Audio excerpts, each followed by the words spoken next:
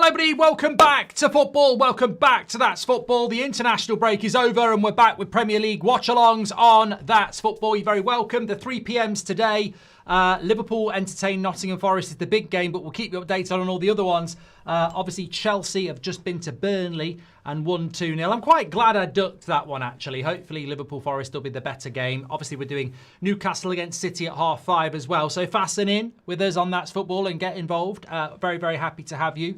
And some exciting news as well. We're launching our first ever Christmas jumpers on That's Football, which I'll show you about in a moment. The link's in the video description and in the live chat. Something a little bit different, as you can see there. I'll do the full. It's a bit of an interactive one this year as well. But anyway, let's have a look at that league table as it stands at the moment. Had my eye on the Chelsea game. Burnley are.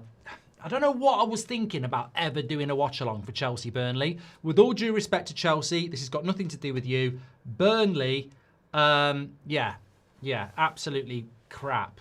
Really, they can't score goals, can they? So as soon as Chelsea scored, that was over, and that puts Chelsea into second in the league. No Cole Palmer, he's broke his toe.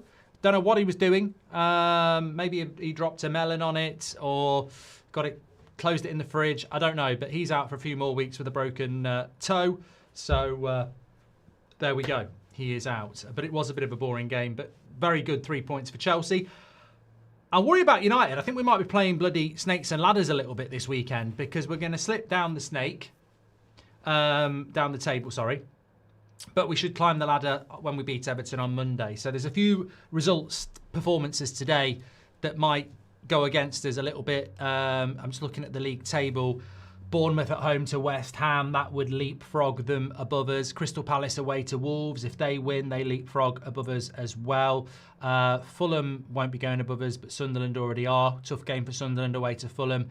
And obviously Brighton, I think a win for Brighton puts them above us as well. I've not got the bottom half of the table on the screen, but Brighton have got 16 points, so that would take them to 19. So if Brighton were to beat Brentford, or vice versa, Mark. If Brentford or Brighton win, they'd go above United as well. So we could be bottom half of the table by the time we play on Monday. But that's only because they're playing first. I am going to talk to you about the Jude Bellingham, Ian Wright stuff in a moment. Is it because he is a vocal black footballer that people are trying to destroy him? Is that a fair statement from Ian Wright? Some people want to steer clear of it, but a lot of you were talking about it last night, and I said I'd bring it in because at the end of the day, Ian Wright has started the conversation. It is football related. We'll talk about that in a moment. We don't duck, and we don't duck. One thing about That's Football, we don't dick and we don't duck topics here. So there we go. But on a more positive sense, let me just say that we've been asked for a long time to do merch here on That's Football. And before we go through the Liverpool team, we are live a little bit earlier here. So I'm going to set you some homework in a moment as well. But let me just show you this for a moment because I need to show you the shelf. There it is. Okay, so first things first. On That's Football Shopify, the link is in the video description. Every club in the Premier League, we've got these. So you can get yourself, we love Arsenal, we do. Well, I don't. But if you're an Arsenal fan, we have got mugs now. And we've got them for everybody. Including, I mean, the only reason I think you'd want to buy a I Love Burnley one is if you're from Burnley or you feel like pissing in a cup, which I might do later. But we've got every single... That's Football, you see. Not just the top 6. Every mug there is available. And more excitingly, I don't know why it says surely not on the screen because that's got absolutely... Surely, yes. Not surely not. I don't know why that's not showing there. Yeah, I want Liverpool versus Forest on there. Thank you very much. It's not that hard. I don't know what I'd clicked there. I think I turned it off. Let me get that back up. And more excitingly, our first ever Christmas jumper is here. The GOAT. Merry Cristiano. You can get these delivered to your door worldwide. If I fall off the chair, it'll be funny. I won't. I've got hold of the light there. There it is.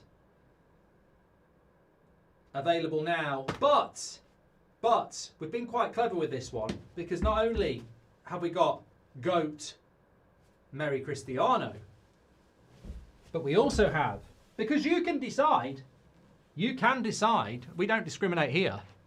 We've also got Messi Christmas, the Messi one as well. So take your pick what you want to wear this Christmas.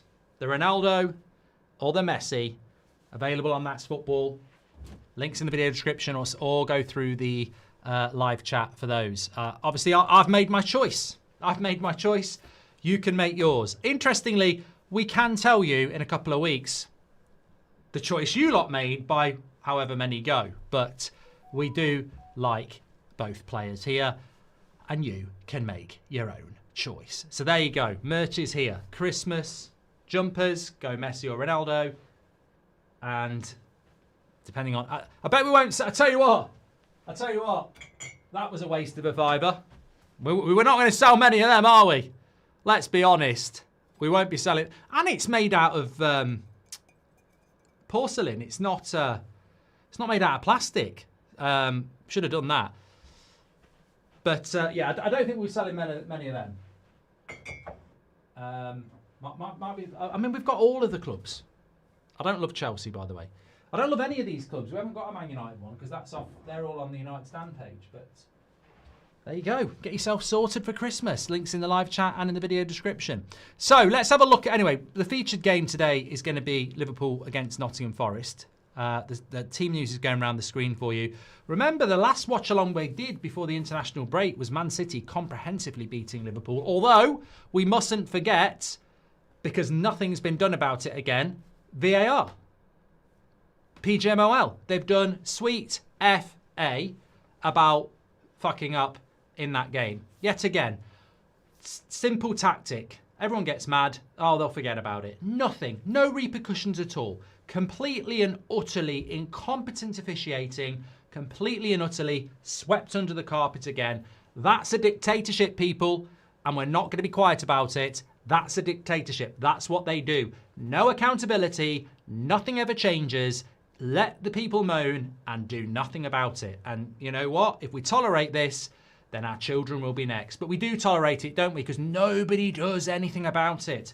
In the mainstream, you know, there's all these ex-players as well, Gary Neville and co. They don't do anything. They don't do anything. And it's just left to fans to suffer. And it's not good enough. So I bring that back in. But Liverpool, comprehensively beaten in that game, regardless of the officiating. Alisson, Szoboszlai, Van Dijk, Konate, Kirkez back in. McAllister, Gravenberch and Jones. And then Isak does start Salah and Gakpo. Like, I think he's got his front three right. I think Gakpo needs to play. Isak has to start delivering for Liverpool. Is this the start of a turning of the corner? Andy Robertson on the bench. I don't agree with that, but at some point you've got to go with Kirkez, I suppose. Forest, under Deitch. It's not a bad 11. He has gone for more stability. Sells, Savano, Milenkovic, Murillo, Williams, Sangari, Anderson and Gibbs-White. Ndoye, Dominguez and Igor Jesus up front. I mean, they've got some good players. Hudson-Odoi's on the bench. Hutchinson's on the bench. But I feel that this has to be a Liverpool win today. Surely it's going to be a Liverpool win today. That's my feeling. I don't know what yours are, but let us know. Forest could be dangerous. They did win after an international break this time last year. So, you know, it could happen. But I think Liverpool have to start winning, don't they? And I think they ultimately probably will. Anyway, we've got nearly £3,000. £3,000.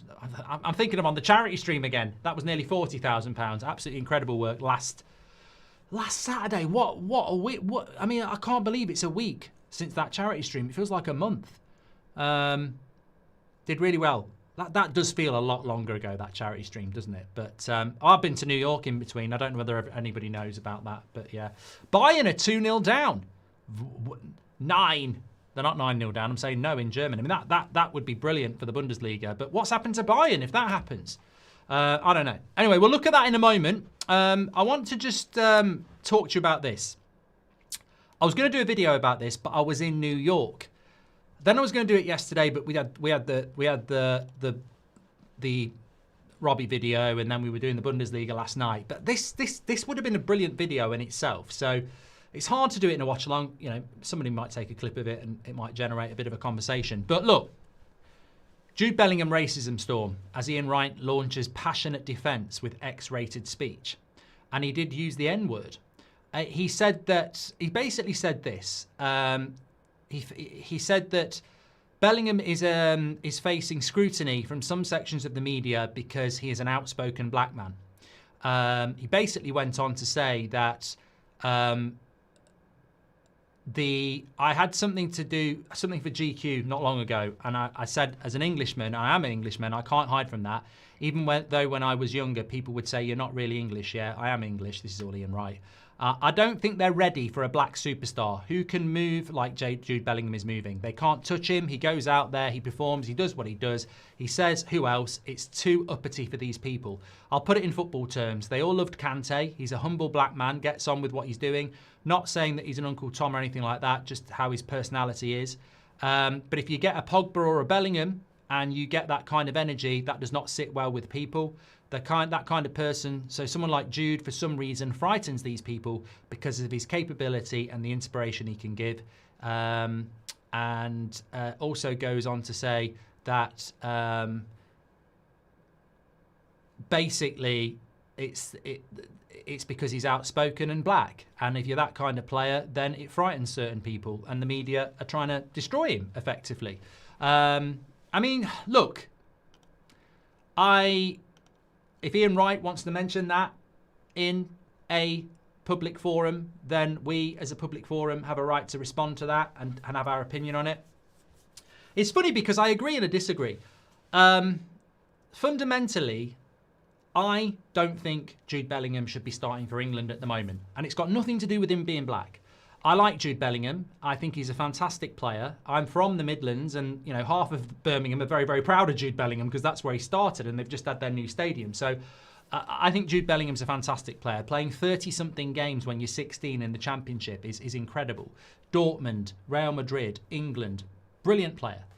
But I do believe over the last 18 months, his game has suffered, probably coinciding with Mbappe going to Real Madrid. I don't think he's the same player he was 18 months ago. I think he has become a little bit complacent. And I think in the Euros, he got a little bit gobby with, defending Southgate and, sort of indirectly having a pop at the fans because the fans didn't like the football. And I think that's always a dangerous thing. Wayne Rooney did it in South Africa World Cup. He, when he was gobbing off about the fans not supporting the players. You're a little bit out of touch when you can't deal with fan criticism. And that, for Bellingham, I thought, maybe he was getting a bit big for his boots. And just needed to tone it down a little bit. But Ian Wright's right. Jude Bellingham does have an aura. He does have an ego. And he does play off that ego. And some people don't like that. But it doesn't... I would also say to Ian Wright, Jude Bellingham and anybody else, there's still a conversation to be had here that if you don't want Jude Bellingham to start for England, it doesn't mean you're racist. And I don't think Ian Wright's saying that either. But what I would agree with him on, and I don't necessarily think it's to do with being black... We've said this on the United Stand before. Why does it take Jude Bellingham being black for this conversation to be had? Because we've spoken about this so many times before on the United Stand. De Ligt, Pogba, Martial, De Gea. The way the British media, or sections of the British media, go after foreign players and protect certain other players has been going on for years. So what I would say about what Ian Wright said is it does microscope an area that I think is bigger than Jude Bellingham, the English black player. I think it's bigger than that. I think it's actually, there are sections of the media that do go after foreign players, and it's not because they're black. Paul Pogba, it's because he's French. David De Gea, it's because he's Spanish. De Ligt, it's because he's Dutch. That does exist in the British media. You've got to live here to know it, but it's true. If you play for England, you're going to get treated completely differently to if you've been bought in, especially at Manchester United. So I think that it goes beyond a black English player. I think that the media have been proven over many, and it happened with Raheem Sterling as well, of course. But I think Ian Wright's passionate stuff does expose a bigger picture, certainly. And I've seen it at United, and I don't understand why we're like that. But as with many things, there is a flip side to this coin. You're not racist if you don't want Jude Bellingham to start for England. I don't want Jude Bellingham to start for England on his current form because I think we've got to build the team around Harry Kane because that's how we can win the World Cup. And when you look at England you've got to choose who your most important player is. If Jude Bellingham's your best player, build it around Jude Bellingham. But I'd build it around Harry Kane. And Harry Kane at Spurs and Bayern needs 3 quick players to run past him because he likes to drop in. So you've got Rashford on the left, Saka on the right, and Morgan Rogers in behind. All of which are black, which has just occurred to me. So I don't really understand why Jude Bellingham people wouldn't want him to play for England because he's black. I don't get that, because I want Rashford, Rogers and Saka to play behind Harry Kane because they're quick and they run past. Now, if Jude Bellingham can play in the Rogers role and sprint past Harry Kane 10 times a game, get him in the team, because Jude Bellingham's better than Rogers. But I think what Tuchel's doing is building a team for the first time in my life, probably since Bobby Robson and Venables. We're building a team. We're not chucking Foden in, Bellingham in and everybody in like we did Scholes, Gerrard and Lampard. Tuchel's building a team. And what's happening? Typically, there's got to be a moan about it. So, look, Ian Wright has created an interesting conversation. I don't agree with all of it. But I also think it would be naive to say that there isn't sections of the media that do move weirdly. And we see it with Man United all the time. We saw it with Pogba. We saw it with Martial. We've seen it with De Gea. We've seen it with De Ligt. There is absolutely no appreciation of De Ligt in the media at all, even in the Man United media. And he's our best player. So there is something around that. But I do also think that you can say, I don't want Jude Bellingham to start for England at the moment, and be making a very good point. And because I don't agree. Ian Wright probably thinks Jude Bellingham should be straight in the England team. Well done. I don't at the moment. I don't think Phil Foden should be in the England team at the moment. I want to build a team. I'm so tired of England chucking all their good players in and hoping, and we're fucking shit. We're shit. We go into every tournament with all these players and go, oh, we've got Foden, we've got Bellingham, we've got Palmer, we've got this, we've got that. Yeah, and they don't work. You've got to build a team. And that's what we're doing. And that's my point on it, really. So, look, Ian Wright raises a very interesting question. If I'd have been sat opposite him, I would have gone back with that and said, but what's the problem with not wanting Jude Bellingham to start? And I know apparently he reacted badly to being subbed. Don't give a shit. I just think at the moment we're better. We're a better team without Bellingham in it, and he shouldn't be in the team based on the reputation that he plays for Real Madrid. And, you know, he's got that aura. You know, I think Harry Kane's the most important player in Man United, in England's team at the moment. And yeah, but look, as Kana says, that's not what Ian Wright was saying. I never said that at the start, mate. I said he raised a very interesting point around sections of the media that do move strangely, and I agree with him on that. But also, we've got to be very careful in modern society that it suddenly goes to you can't criticise Jude Bellingham. And we don't want that either, you know. And I think it raises a good point. Jeff says, sorry, you're not black and will never understand. But, mate, I don't care about that. That's not what the conversation is. That's not the conversation. The conversation we're having is that you can criticise Jude Bellingham and not want him in the England team without being racist. And Ian Wright's conversation is he thinks the media, certain sections of the media, do go after him because he's black. And he's, you know, and he's outspoken. And if he's right about that, that's very, very sad. But we all know how things go sometimes. Somebody says that and it flips completely the other way. And I think we've got to be very careful that whether you agree with Ian Wright or not, it raises a very, very good point. But that doesn't mean we all suddenly have to go, you can't say anything about Jude Bellingham. And I think that's a fair point as well. But with regards to the media moving badly or weirdly, I've said this for so many times. Like, I just, you know, and he raises a very interesting conversation if we open it up beyond that. Because I've seen it at Man United so much with Pogba, Martial, Bruno, De Gea. The treatment of foreign players by certain sections of the media is disgusting as well. Right, anyway, that went on a little bit longer. Burnley will be relegated for sure, but my God, Chelsea is bad, says Marlow United. Well, they've won again, Marlow, haven't they? I mean, I sort of look at Chelsea and I thought there might be some vulnerability, but that's a very good 3 points for them today. And one thing I would say about Chelsea under Maresca, and it might be the same with us, with Amorim, is that they are good at getting results. They do get results. Anyway, we're about to start here now. Let's get going. Timer's going. Liverpool against Forest. Is Harry Kane the best chance of England winning, says Rajaf? I think so. You know what? And this is what I mean. I like Jude Bellingham. I like Harry Kane. But in the last Euros, I thought Harry Kane should have been dropped for Watkins because we weren't playing to his strengths and he looked bad. We're now playing to his strengths. Bellingham's not in the team and people are going, get Bellingham in the team, get Foden in the team. Don't get them in the team. Don't put them in.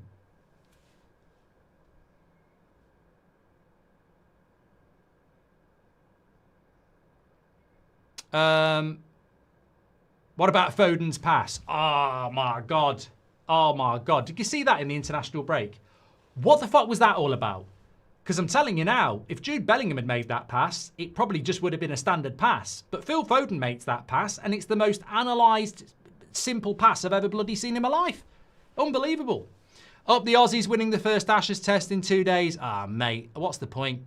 We always do shit out in Australia anyway. We're always crap there. But well done. I mean, absolutely annihilated them. Jimmer, thank you very much. Burnley would be relegated. Thank you, DP. Thoughts on Madueke's insane aura against Chelsea, says Rajaf. Don't know about that. Zlatan, Foden and Grealish get praised, but Pogba, Bellingham and Rashford get battered. The Sun called Sterling a gangster for getting a tattoo. Racism, says Class. See, I think we've got to be very, very careful about this because it pushes people down the path that you can't criticise players, and you can. Just don't broad stroke. If you feel that somebody's doing it for that, call them out for it. 3 points in the bag. Our weekend is done, says Rub. Waiting now for Arsenal to drop points. Thoughts on the Mike Dean's overlap and PGMOL, says Raja. I haven't watched it. I haven't watched it.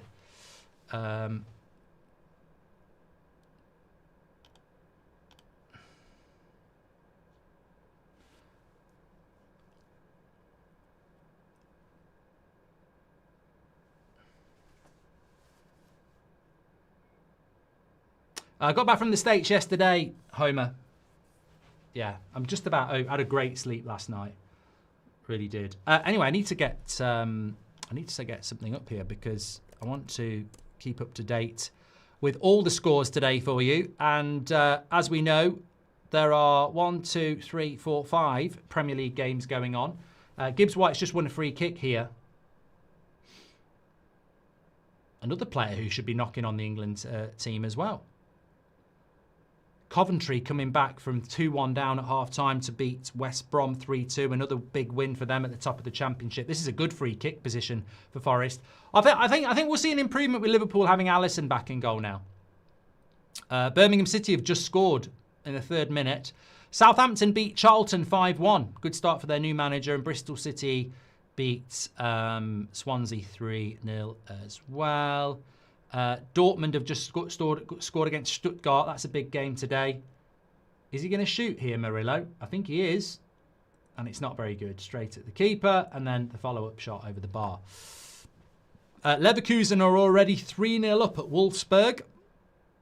Bayern are losing 2-1 now to Freiburg. But they're at home. I think they will come back.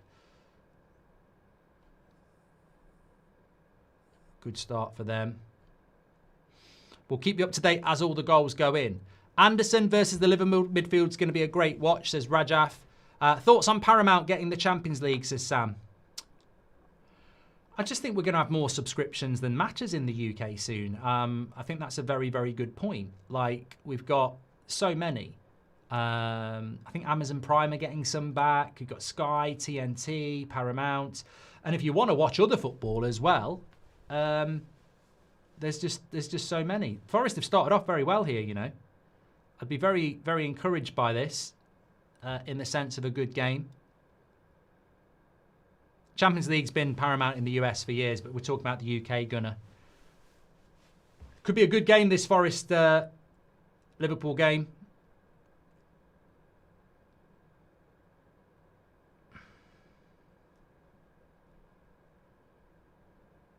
I tell you what I think's interesting. I couldn't believe it. I was obviously had a bit of downtime in New York, and I could not believe the amount of podcasts, new football podcasts that have come out again this week. I mean, it's just mad.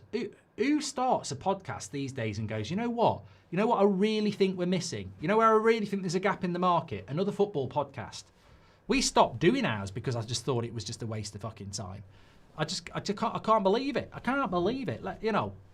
Can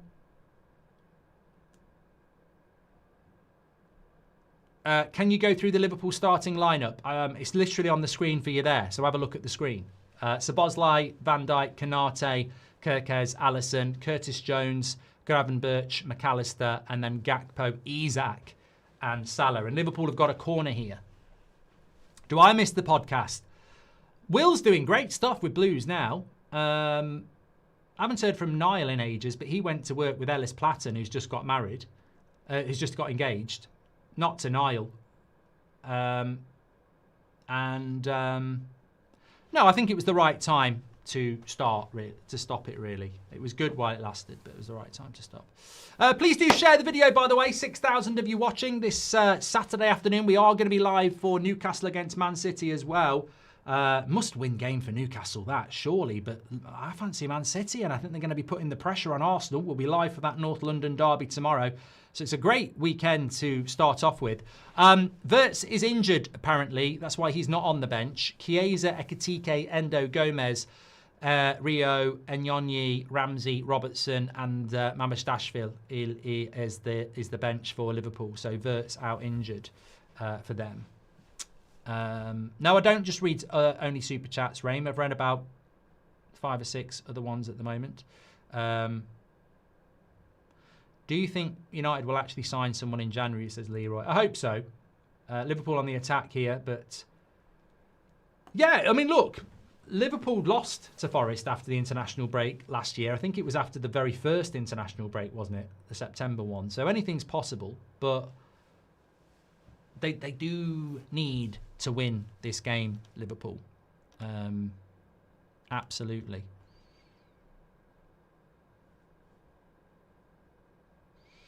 With regards to the table, they currently sit 5th. But they won't want to be losing. I mean, look, they've lost 5 of their last 6 Premier League games.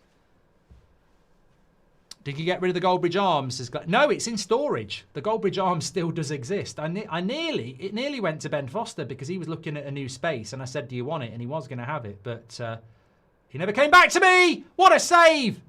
How did he not score? Alexi McAllister, big chance there for Liverpool.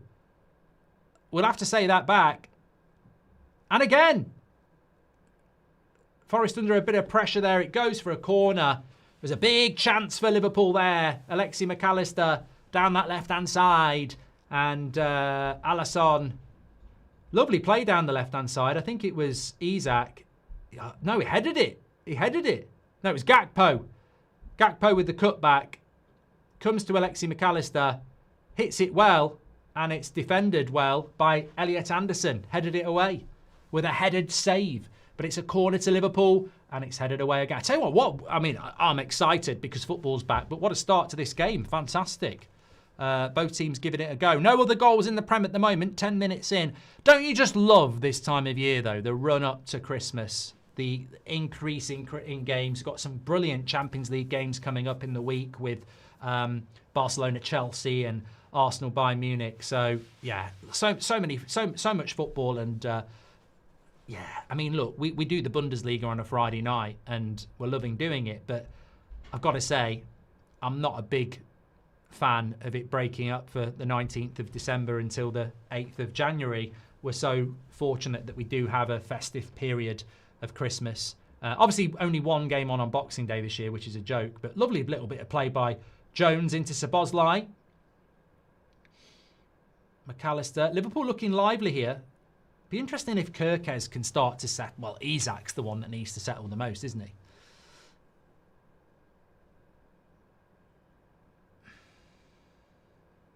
Zoth says he's going to bet £1 million that Forest will win. Can we all take that bet then? Because you're going to have to be about 7,000 million being paid out.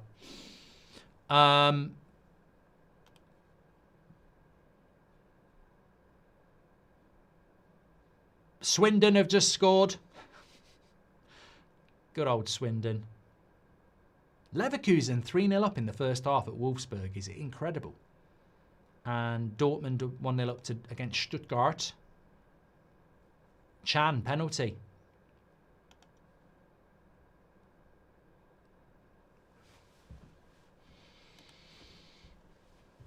Anderson's great. Yeah, I don't know that United will get Anderson, but looks a good player. I think this lad will come good at Forest. Jesus. Came in from... We watched him in the Club World Cup, didn't we? Was it Botafogo? I think he'll be a good player. Emre Can is 200 years old, says Lightforce. Oh, I'll tell you what, I was going to set you a bit of homework. I've seen a few people going, doing these video clips of who stays on, goats of strikers, and they'll go, right, R9, Cristiano Ronaldo, and then you pick one, and then there's another one. If you want to give me lists with a title and put them in the live chat, I'll pick some of those out to do. Just put what it's about, and then put a number of players there, and I'll run through it. Where did you get that jumper from? Oh, it's our Christmas jumpers. You can get the Ronaldo one, or you can get the Messi one. It's our goat of Christmas jumpers. So you make your own choice based on the age-old question: are you Ronaldo or are you Messi? Links in the live chat or the video description. And we'll give you the results of that on Christmas Eve on which ones we sold more of. But obviously I am United, so I'm going with Ronaldo. Goat of Christmas past. Well, yeah, I mean, it almost is the goat of Christmas past, but they're still goats. Very good start to this game. Who's going to get the first goal in the Premier League? It's already happened, and it's a surprise. It's a surprise. We're going to Bournemouth. The goal is, well, look, makes very good basketballs. It's Callum Wilson. He scored after 12 minutes, and Bournemouth's bad run of form continues. At home, Bournemouth losing to West Ham. That is a turn up for the books, because West Ham are obviously going for 3 Premier League wins in a row. The form team won their last 2. This would be 3 in a row, whereas Bournemouth have lost their last 2. So, look, maybe it's not a shock, but Bournemouth are losing at home to West Ham. First goal of the Premier League since the international break, and it's Callum Wilson who has scored. Just want to clarify, I don't think Callum Wilson is the founder of Wilson Basketballs, but lovely stuff.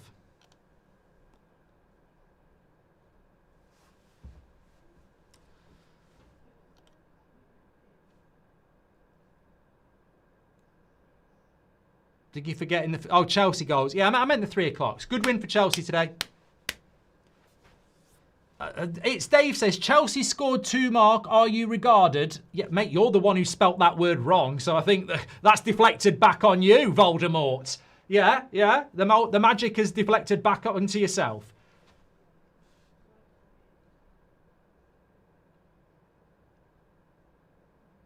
Do the Christmas jumpers come in kids' sizes? I hope that's because you've got kids and not because of any other reason. I would have to ask the chat to click the link in the live chat, and I'll just do it. I'll probably be slower than you lot, but let me have a look.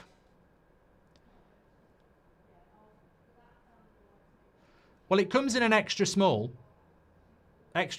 small, medium, large, extra large, 2XL, 3XL, 4XL, 5XL. And there is a size guide there.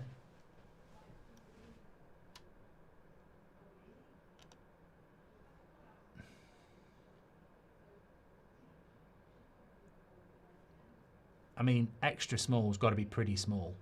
That's all I would say. They could grow into it.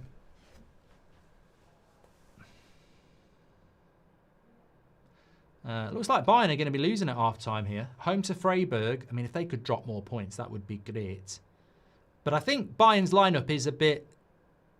No, Kane, Elise, Diaz, Karl, Pavlovic, Goretzka, Meccano, Tar, Bischoff. It's still a strong side.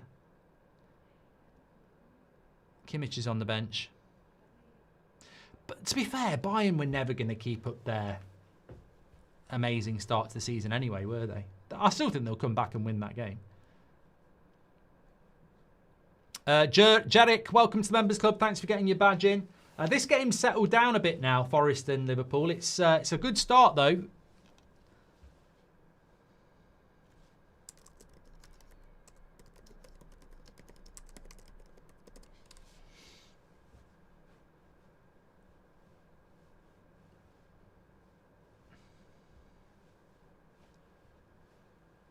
If you could get one player from the 99 team to play in the current team. Oh, Roy Keane, mate.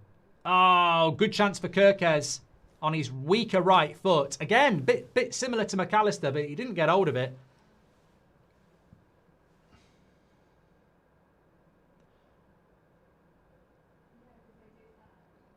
Salah did really well here, actually. Really well. Kirkes has got to do better there. Salah did really, really well. I wonder if Salah will... you know me, I'm a big fan of Salah, even though he wears a Liverpool shirt. And I'm not convinced he's fell off. Not convinced at all. Bayern have just equalised. Thank you very much, Brandon. He didn't score it, but he's just let me know. 2-2 at half-time. So they were 2-0 down. It's 2-2 at half-time. Elise's just scored. They'll easily go on and win that now. There is a case for saying you've scored too early, and they did. Yeah, Kirkes should have done better there. Definitely should have done better there. Henry says, De Ligt or Saliba? Look, I think Saliba's the better player, but this season, you'd say it's De Ligt. On form, it's De Ligt, but the better player is Saliba. Thank you, Henry, for your super chat.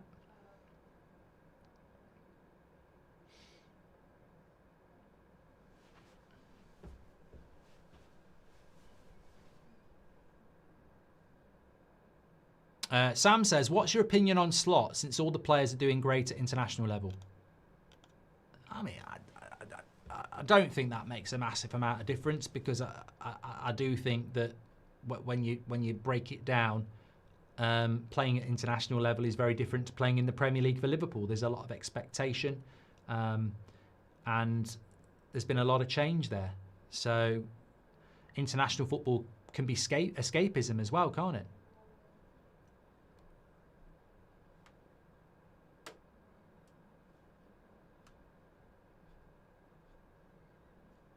Please do subscribe to the channel, by the way. Bottom right-hand corner, get involved with That's Football. We're live for Man City against Newcastle at Newcastle, of course, at 5:30. And then we're also got the North London derby tomorrow. We're pushing towards 10,000 of you watching already as well. There was a debate at DR Sports about people would rather start Bruno over Fabregas. Bruno is good, but Fabregas will always be level above, says Tanishq. I mean, look, I respect Don Robbie. You know I do, but I don't have to respect the opinions of everybody on his channel. And I certainly don't respect some of Robbie's opinions sometimes. But anybody who would start Bruno Fernandes over Fabregas was either up their mum's chuff when Fabregas was playing, or is just, you know, clinically needs to go and see a doctor, because that is preposterous. I'm obviously... Well, actually, most people should be old enough to remember Fabregas. But if you weren't old enough to remember Fabregas, it would be the equivalent of saying, let's pick, I don't know... let's pick James Garner over Steven Gerrard. It's just Bruno as a midfielder is nowhere near what Fabregas was. So absolute nonsense.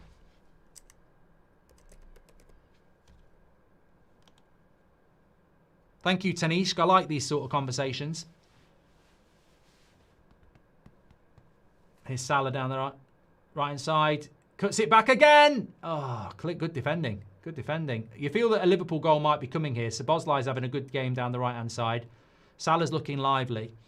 Liverpool need to be better at finishing chances, or a Forest better than they thought. Could this be a delayed manager bounce for them? Says Benny.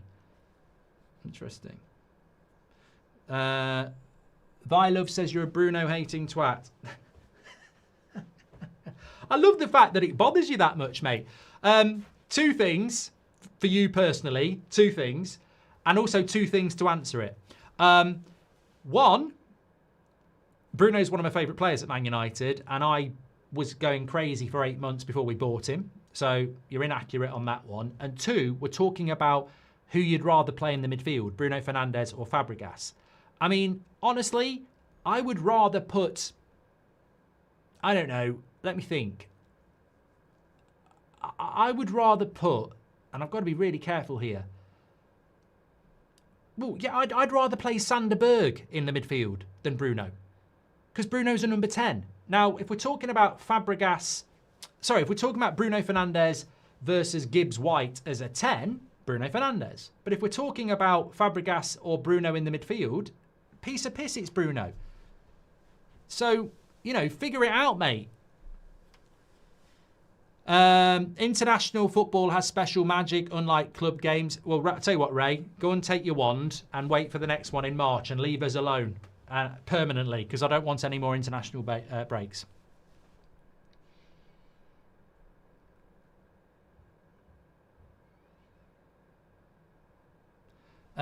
Callis says Bruno plays in centre midfield for Portugal and scores hat-tricks. You must be kidding, Mark. I think that's sarcasm.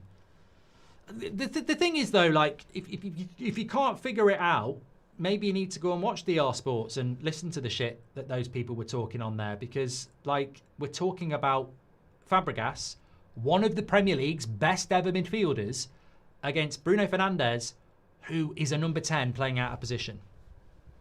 Could be a penalty for Forest here. Hold on. I saw Fabregas' whole career. He wasn't that good, says Tevin. Okay. People who like Bruno in the midfield are regarded, says Henry. Yeah. I don't think there is a penalty here. I'm loving being back, by the way. I'm loving the conversations, and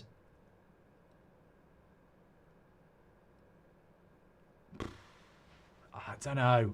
Penalty? Is that a penalty?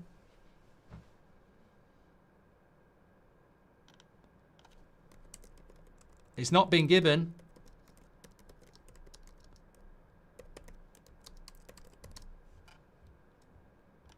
I've got to say, if that was on Man United, I'd be screaming for a penalty. If it was against Man United, I'd be saying, forget about it. I'm going to run a poll.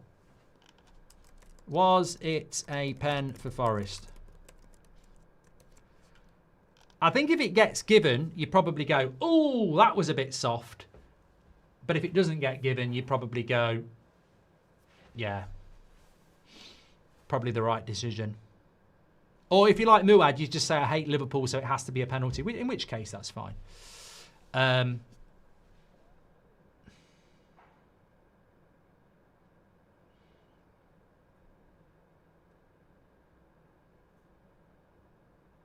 There seems to be a new thing this season as well, in fairness, which is, unless you can be fouled in the penalty box, but they make this. I find this incredible, right? So basically, you can be fouled in the penalty box, but there's a modern interpretation from the PGMOL that they can justify not giving it because it wasn't sufficient contact. How they don't realise you're literally opening up a bag of shit with that. I mean, how can any referee be expected to determine whether the contact was sufficient to be a foul? I mean, you know what? If I bloody stub my toe on the corner of a coffee table, it may look innocuous, but it's bloody painful, you know?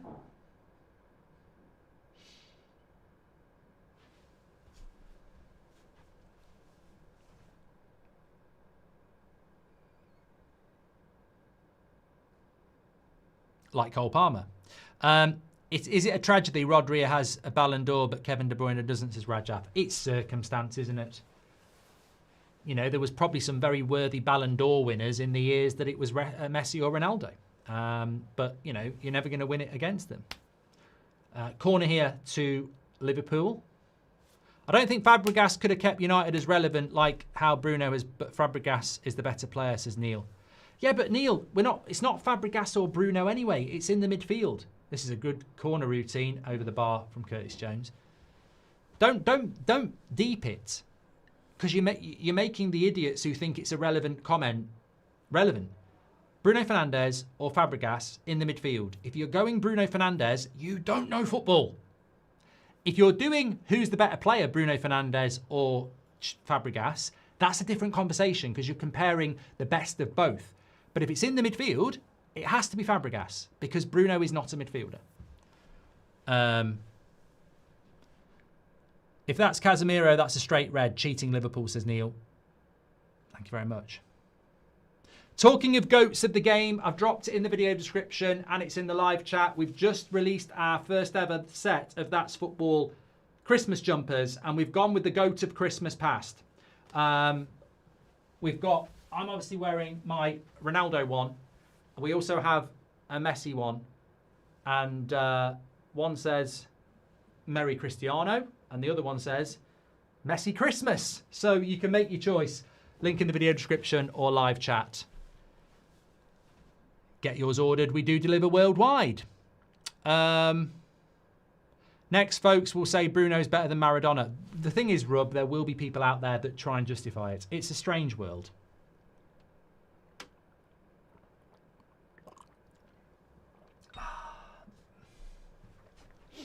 I'm surprised it's 0-0 here. Only got 1 goal in 5 Premier League games. It's going to be one of those 3 o'clocks, isn't it? Premier League does sometimes have these 3 p.m.s where there's hardly any goals. It is strange. Obviously, we cover the Bundesliga here on That's Football. And, I mean, look at their half-times. They've got 1-0-0, but they've got a 2-2, a 2-0, a 1-0, and a 3-0. And that's at half-time.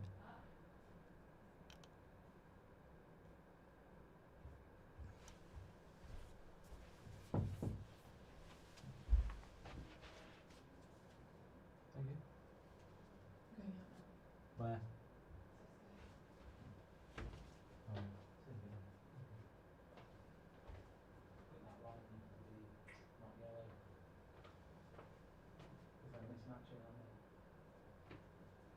Yeah, it doesn't need to be white. That's not white, so whatever that is.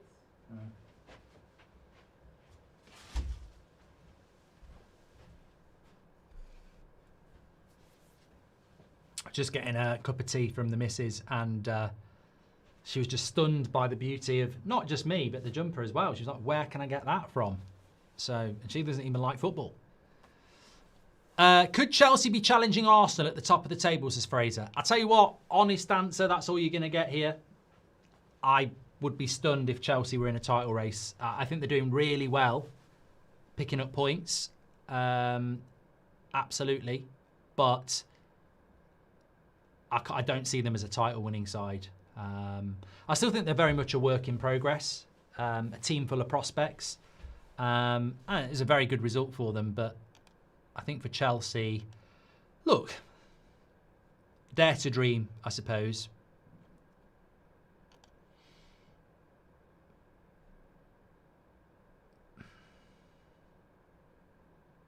Garnacho not even a used sub today. It was a lovely cross by Gittins, though, wasn't it, for the Neto goal? But Burnley can't score goals. I actually do think, in relation to the Premier League, Burnley and Leeds are in big trouble. Decent starts, but they've got into the habit of losing. And once you're in that habit in the Premier League, it will swallow you up.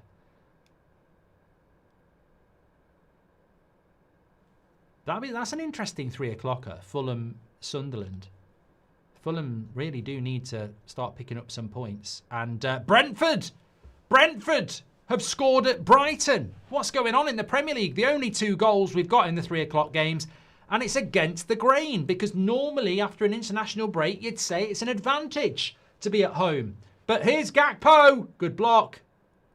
Forrest will clear it away. You'd say it'd be an advantage to be at home after the international break. Well, nobody told Brentford and West Ham. West Ham are 1-0 up at Bournemouth, and Brentford are 1-0 up against Brighton, and it's that man again, Thiago scoring for Brentford. Inconsistent Brighton at it again. Fantastic Brentford at it again, you could say as well. Szoboszlai's just had a shot that's deflected wide for a corner.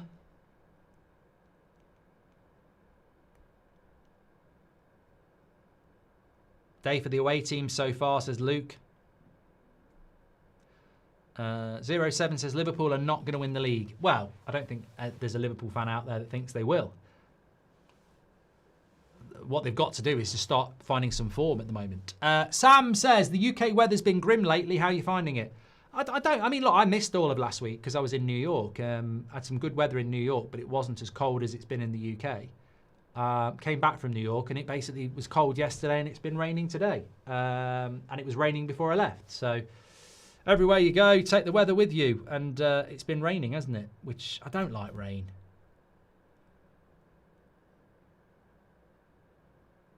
Wayne. I do like Wayne Rooney. I don't like rain. It's a blocker, isn't it, rain? Just stops you doing stuff. People say you can go out in the rain. It's rubbish. We had 2 hours of rain in New York, and it was on the morning we were going to Central Park. And you can get by, but it's not the same. Back post Salah. Where did I stay in New York? Fifth Avenue. Very good location. Last time I stayed down in the meatpacking industry district, which is nothing to do with some people will get the wrong idea when I say meatpacking. It's a district in New York. It was a nice hotel that stayed at the Standard last time, and it looks out on I think it looks out on the Hudson. You can see this. I could see the Statue of Liberty, but it was a long way from everything, so I went and stayed up Fifth Avenue this time, closer to it was near Bryant Park where they had a nice little... It's a fantastic place to go. I know people who are going in the middle of December and I don't know whether I'd go then. Oh, I don't know about that. Be very busy. And I think we got a goal. I think we got a goal because people are watching this at different places and it is going to be a goal this. And it's 1-0. And it's Forest who have scored. And is this the way to Amarillo? No, it's the way to the goal for Murillo. It's 1-0 to Forest. They are leading here at Anfield. And I tell you what, it's going to be absolute scenes here. And it's going to be big pressure for Liverpool because although they've started off okay, they've not really had anything of note apart from the Anderson head save from McAllister. But Murillo scores from the corner and now they've got something to hold on to. Could they do it for the second year in a row, keep a clean sheet and win at Anfield? The corner came in. It's bad marking. It is bad marking. I mean, there might be a claim. I'd be worried here. There might be a claim for offside. And in all honesty, that has to get ruled out. That has to get ruled out. Otherwise, Liverpool have got a major claim. What's different about that from last week? It has to be ruled out. How can you rule... Well, they never should have ruled out Van Dijk's. They've given it. They've given it. I mean, how on earth... Seriously, though, Van Dijk's goal should have been given. Gets called offside. That should be given. It gets given. Like, he is right in front of Alisson. It is mad. It is absolute madness, that.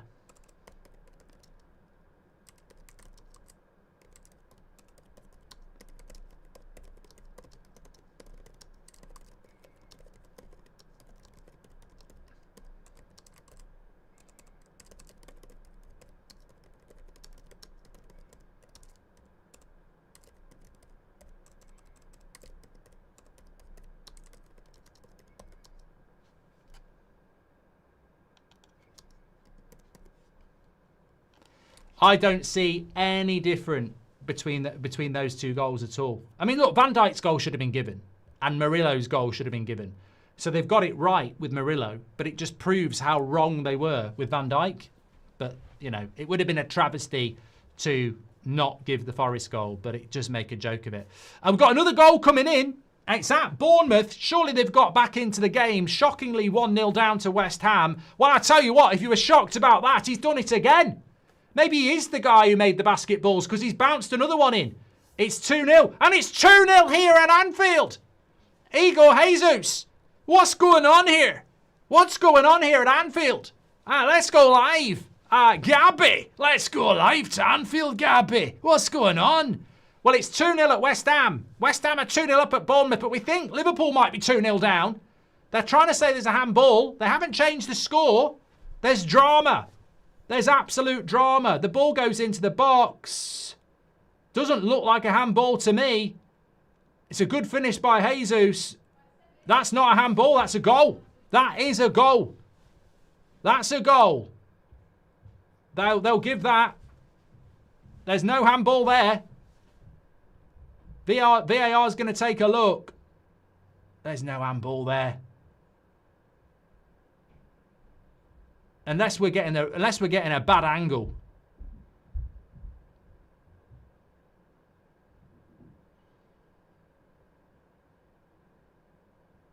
I can't see a handball at all. You've got to give it. You've got to give it. You've got to give the goal. If that's the only angle they've got, you've got to give the goal. He's saying wait. He's saying wait. He's going to go and have a look at the screen.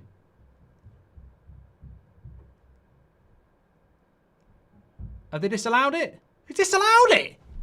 What?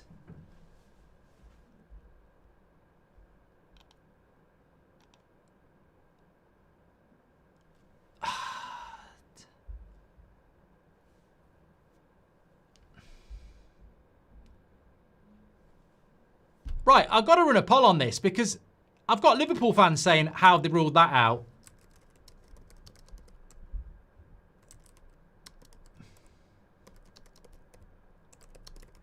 I'm confused here. I'm confused.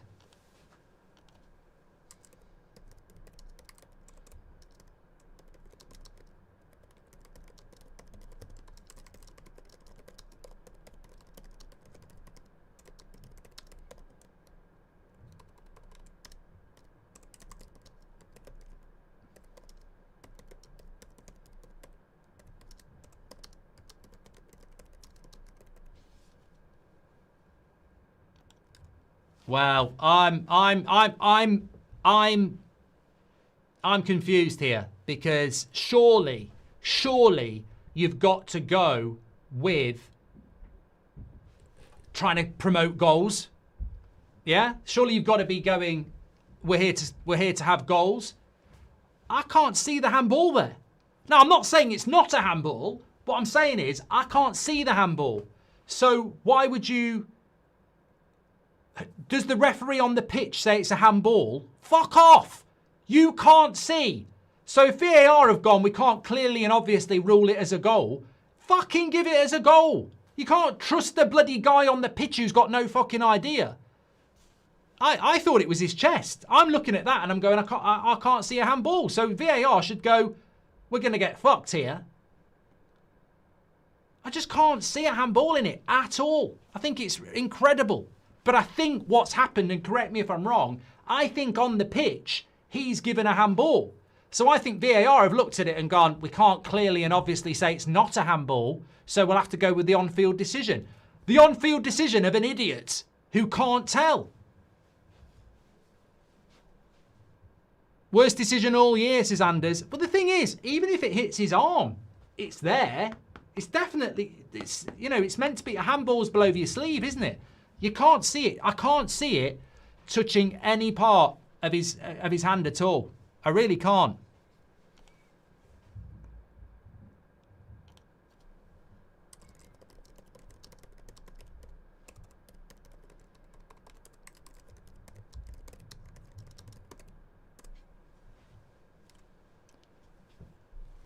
Handball's below the armpit. I thought it was the sleeve. Why can't football fans come together and just say the refereeing is bad? Look, I absolutely say this. Ian Wright, Gary Neville, Carragher, Lineker, stand up and do what's right for football. I mean, look, Liverpool have got a case. The Forest player is right in front of Alisson here. That's worse than the Van Dijk one. Look at where he is. He's right in front of him. The goal should be given. But last 2 weeks ago, Liverpool have a goal ruled out for offside. There's no difference between the two. They're both goals. Forest playing very well at the moment. Here's Gibbs White.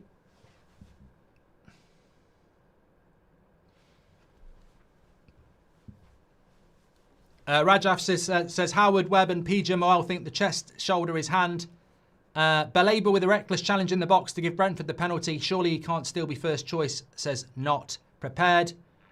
And John says another rigged PJ Moel game. Mate, you know what? What did I say before this game kicked off? I said, welcome back, football's back, it's great. But let's not forget the injustice of what happened before the international break with the Van Dijk goal that wasn't given. What have the PJ Moel done about it? Swept it under the carpet and gone, those idiots will forget, because no one ever does anything. And here we are 2 weeks later, everyone's forgot, and we've got a new drama, because that's what the Premier League is. It's not the Premier League, it's not the best league in the world, it's basically the most incompetently officiated league in the world, and that's the drama, and that's the real quiz. Most of our passion comes from not good football, not the game flowing, it comes from arguing and debating ridiculously bad decisions. And that's where the drama is in the Premier League. You get more goals in other leagues. The game flows better in other leagues. Stop, start, shit, bollocks, crap decisions consistently week in, week out. That's the Premier League, and it's live. And I'm fed up of it, but no one will do anything about it. Our game is being ruined because of incompetence. Liverpool's goal against Man City should have stood. It would have been 1-1. Who knows what happens? Forest should be 2-0 up. And then what happens? And, we all know what's going to happen. Liverpool are going to come back. It's disgusting, and nobody will do anything about it. Because you know what? They're all drinking from the same trough. Pigs. No one's going to say it on the radio. No one's going to say it on Match of the Day. No one's going to say it on Sky. None of the ex-players are going to say anything about it because they're all drinking from the same cup. They have fortnightly meetings where it's, please be nice to referees. Fuck off. Do your job properly and I'll be nice to you. If I go down Broadway and I watch a show and it's crap, I'm not going to go, oh, well, they tried their best. Take my money. We're paying for this. We're paying for this. And we're being told you can't criticise it. They're just human beings. Well, they're crap at their job. We pay for this. We're paying to watch this. It's not fucking free. Number one rule of any sport is don't let match officials decide wins, says Andrew. PJ Moel says that we'll say that City had to move to get out of the way of the ball while now he just stands still, says Quinton. Dougie says PJ Moel is ruining the game. Thoughts on the Ashes drubbing, Mark? I mean, I'm not really into cricket, so I don't have to have a thought, Goldio, but it was embarrassing. L Rex says, we've not even had 40 minutes and they've already made 2 major errors. I mean, score is probably accurate, but PJ Moel needs to be held accountable. Look, I'd do it as a United fan. Respect to the Liverpool fans in the chat. You've got away with one. And I've seen a lot of Liverpool fans who I know from previous streams, and they're basically saying, how is that a handball? You know, I don't think... Obviously, I'd be in the same boat if it happened to us on Monday night. I'll take it. But we all know that they fucked up there. But unless there's a different angle, but we don't get shown that, in which case it's stupid. And I agree. Lord Kempo says the first goal shouldn't have stood, Mark. I've already said that. I think it should stand, but I think Van Dijk's goal should have been given as well. They're very similar. They're both goals for me, but obviously, inexplicably, Michael Oliver got involved in the Van Dijk one. But basically, Forest should be 2-0 up. Jesus controls the ball, having had it blasted at him from a metre away by Canate. I mean, how are you controlling the ball with your fucking hand anyway? Did we not have a goal like this before? Last season, where Newcastle scored a goal because I can't remember what team it was. The defender tried to pass the ball past the Newcastle player. His hand was by his side and it hit him on the hand. The ref said play on and Newcastle scored a goal. And I was saying at the time, but his hand there has stopped that ball going where it needed to be and led to Newcastle scoring a goal. And apparently it was against Tottenham and it was given. So how the fuck are you saying that that's not a goal because Jesus has controlled it with his hand when he's literally half a metre away from Kanate, who's booted it against him? I don't. This is the problem. I don't understand the rules anymore because the rules don't make sense. There's so many inconsistencies. Why is Forest's goal been given but Van Dijk's didn't? Why is that a handball and yet it wasn't in another game? It's incredible. And that Newcastle goal was ridiculous, but apparently by the letter of the rule, it was fine. Gakpo's in down the left-hand side. But look, there is no, Kanate's booted it against Jesus. Even if it has hit his arm, he's not controlling it with his bloody hand, is he? Madness. Madness. Anyway, please do subscribe to the channel, get involved. This is the home of football. That's football. And again, we are definitely into another PGMOL nightmare here. Hopefully we'll get to see it at half time, but it's incredible, really.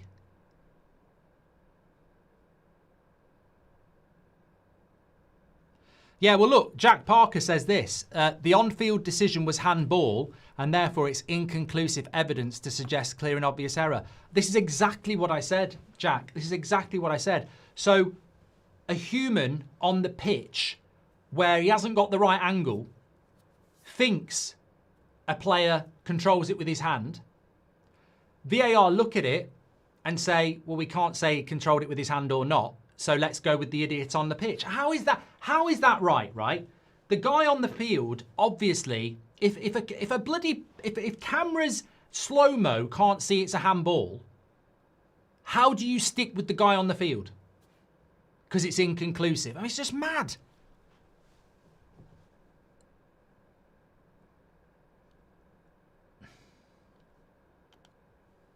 How? My point is, how do you stick with the guy on the pitch because the cameras don't tell you whether it's a handball or not? It's madness, isn't it? It's madness. It's like the police being called to a supermarket, right? And they say, I think he stole that Mars bar. And then he's going, I haven't. They've searched me. I haven't got it. Check my mouth. I haven't ate it. I haven't sold it. Let's have a look at the CCTV. There he is in front of the Mars bars. He has a look at one, but we can't see it put him in his pocket. Arrest him. It's inconclusive, but he said he stole it. But the CCTV doesn't prove it. Yeah, but he said it. And who's to say that you haven't done a little magic trick? It's madness. How can you go with the on-field decision when you can't prove it on the camera? You can't do that. That's the stupidity of the PGMOL again. We can't conclude, with all the evidence we've got, we can't decide whether it's a handball or not, so we're going to agree with you on the pitch. It's so fucking obvious. If you can't see it's a handball, either way, with all the evidence and technology, you can't give a fucking handball. You bloody morons. Morons. Or, this is a great point from Tuge, he said, thanks for the super chat, he says, or get the bloody referee to come and have a look at the camera and make his mind up. Oh, mate, what you've just done there is common sense. How's about letting the referee who gave the handball have the opportunity to look at the fucking camera? Well, yeah, we go. Ron United says, same old story. Post-match, PGML will be sorry and Liverpool have got another pass. Ridiculous. The best league in the world has crap referees. Says Ron. And Oz Sports Moment says, well, the PGMOL is still not as useless as Isaac. Yeah, he is on the pitch for Liverpool today. Every job has an annual review. Who reviews these clowns, says Manny. Oh, no. There's no review of the PGMOL because they're not regulated and they're not independent. They're owned by the Premier League. It's all one big dictatorship. Space Cowboy says you do realise that Isak was playing Ndoye onside. I mean, that might be a very good point that everyone's missed. I'm worried Oliver is the ref for the Arsenal match, says Rian. Yeah, but it depends whether Michael Oliver's... Well, yeah, he might want Man City. I get what you mean there. 85% saying it should have been a goal for Forest. That's a landslide for any poll, really. Yeah, if Isak was playing Endoy on side, then it can't be offside for standing in front of the keeper. And that's what Michael's saying. It looked like Isak's foot played him onside. Half time. Half time here. Half time in all the others.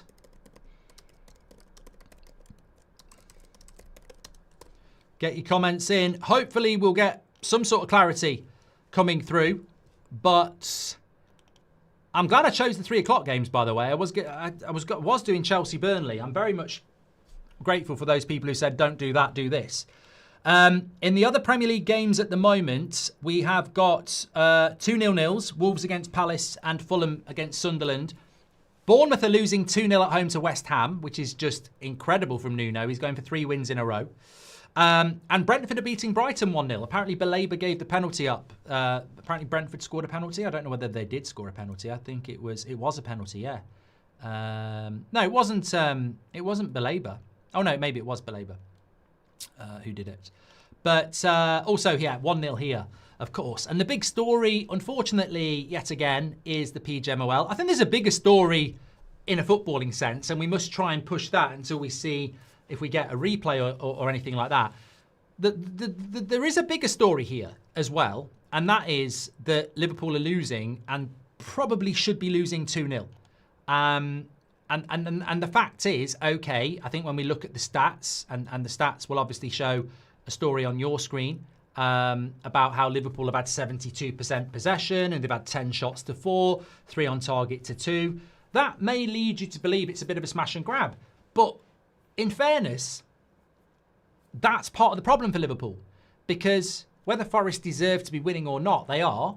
And McAllister and Kirkes had 2 very good chances for Liverpool that they didn't take. You've got to take your chances. So Liverpool can't really complain because maybe they have played well enough to be winning the game or drawing the game, but they haven't took their chances. And this is another low for Liverpool, isn't it? And they've got a very, very, very difficult job in the second half to come back into this. Obviously, it's made easier by the fact that it's 1-0, not 2-0, but certainly not a very good performance from Liverpool again. And they're going to be under a lot of pressure in the second half. Jason Marsh says VAR is spoiling the games. Fans will soon give up. Danny on the gas says Liverpool get robbed back-to-back, but when a decision goes their way, all of a sudden it's Liverpool. I mean, that's just the way it is, Danny. It's not Liverpool, and it's not Man Varty, or whatever you want to call it. That is something that annoys me, actually, Danny, and you make a great point. We should never be blaming Liverpool because Jesus didn't score. And we shouldn't be blaming Man City because Van Dijk didn't score. That's a cop-out. I wouldn't be surprised if there are bots putting that out there. It's got nothing to do with Liverpool, and it's got nothing to do with Man City, and it's got everything to do with the Howard Webbs, the PGMOL, and the Premier League. It is incompetent officiating. It's got nothing to do with Liverpool. It's got nothing to do with Man City. This is solely, week in, week out, on officials making ridiculously inconsistent, incompetent decisions. So it's got nothing to do with Liverpool. 1 week you're the victim, 1 week you're the benefactor. And this is why, when it started with the Liverpool onside goal that was given offside a few years ago against Spurs, and I did a video on it, as a Man United fan who doesn't like Liverpool, I said, look, it's not about that. When we do that, we lose. Everybody needs to be on the same page here. And that's why I'm encouraged to see Liverpool fans saying it should have been a goal, because they survive on us arguing against each other because of tribalism. When the reality is we should all be looking at the real cause of this. And it is. 1 week you get a bit of luck. The next week you're on the end of it. And we're all on the end of it. Everybody gets it. Liverpool need to be dragged through the mud after breaking the British transfer record twice in one window and playing this shit. This is shocking, says Rajaf. Thank you very much. Well, yeah, it's on the officials, 100%. 100%. Absolutely. Right. It is half-time in all the games at the moment. Just having a quick look around the grounds as well. Bayern are now 4-2 up against Freiburg from being 2-0 down. It's almost like they were giving them a head start. Harry Kane's just scored the 4th goal, so they will be winning today. We thought we might be getting a bit of a shock, but Absolutely not. Can't wait to see Arsenal playing them in the Champions League. We're doing a watch-along of that on Wednesday night. Dortmund 2-1 up against Stuttgart. Leverkusen 3-1 up against Wolfsburg. Mönchengladbach are 2-0 up against Heidenheim, who are just definitely going to be going down. Let's have a look who scored for Dortmund. Bayer got the second one. Undav scoring for Stuttgart. Tough place for them to go against Dortmund. But let me come back to the chat here. Please do subscribe to the channel, by the way, bottom right-hand corner. Thanks everyone who is tuning in. If Liverpool were to lose this game, I think, look, I always say this with United last season. Of course, Amorim should not have been sacked last season for finishing 15th because he hadn't had a summer transfer window. He hadn't had a pre-season. So even though we lost a massive amount of games, there are circumstances where you say, look, you've got to look at it. And I think with Slot, it would be ridiculous to be sacking a manager that won you the title. Also, Liverpool have had a very challenging summer in many ways. Having said that, there is always a tipping point. There is always a point where you go, as much as we don't want to do this, why aren't you turning it around? And I think Liverpool can't keep losing games. And I'm not saying that if they lose this game, and they're very close to losing it, and they should take the incompetence of the PGML this week as a positive. If they were to lose this game, I think it's becoming very, very difficult. Very, very difficult. Iron's laughing about me saying challenging summer. Yeah, mate, I didn't really want to go into it, but I was talking about the death of Jota. As Andy Robertson mentioned this week after the Scotland game, he couldn't help but think about that. And people might want to sweep that under the carpet and make out that it doesn't make an impact, but it clearly has. And that's what I'm talking about. So if you want to laugh at that, I'll give you a second chance to maybe retract laughing at challenging summer, because that's what I was referring to. Brentford surprising everybody. Thank you very much, Bid. Let me just mention as well, our Christmas jumpers are out. Link is in the live chat and the video description. Take your choice on the goat of Christmas, past and present, I think.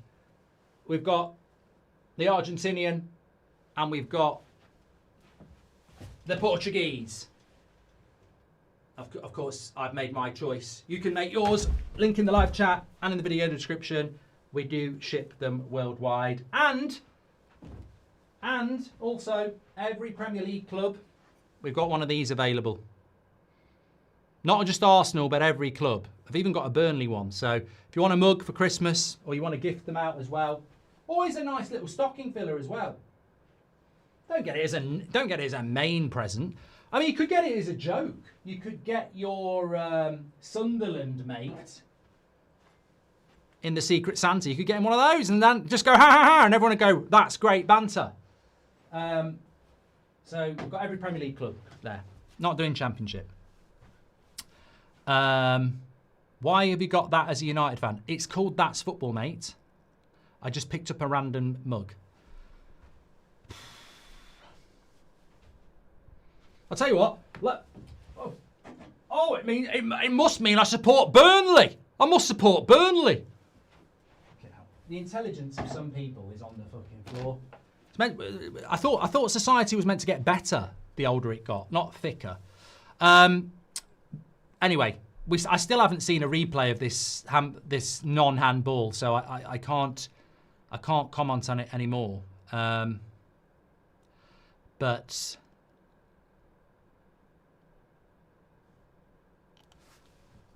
I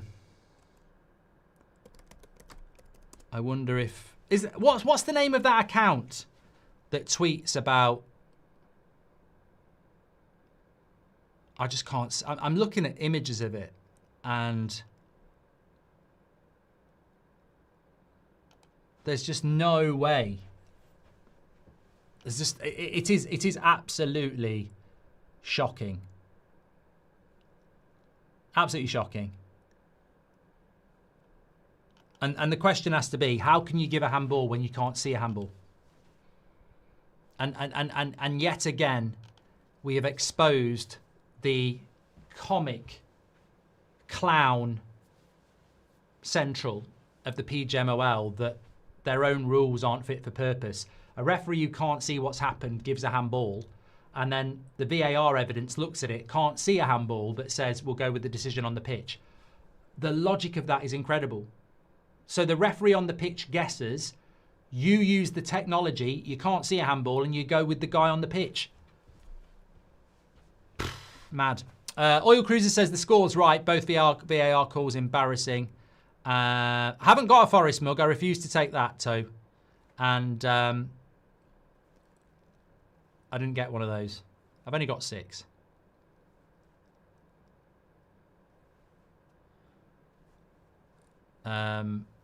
What's the name of that account on X for the referees? Does anyone know what it is? Because I wanted to see what they've posted. Also, I think Stephen makes a great point. How can you give a goal offside 2 weeks ago, but then give offside for the same thing 2 weeks later? And remember that is directly against Liverpool. They've had a goal disallowed and then a goal given against them, and it's fucked them twice, really. Premier League Match Centre is what it's called.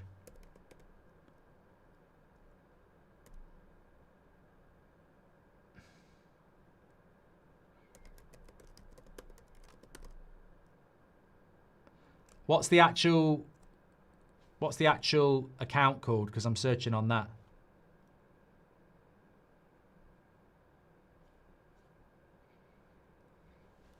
I couldn't find it there. How comes the timer's still going? Because I got animated. I forgot to turn it off.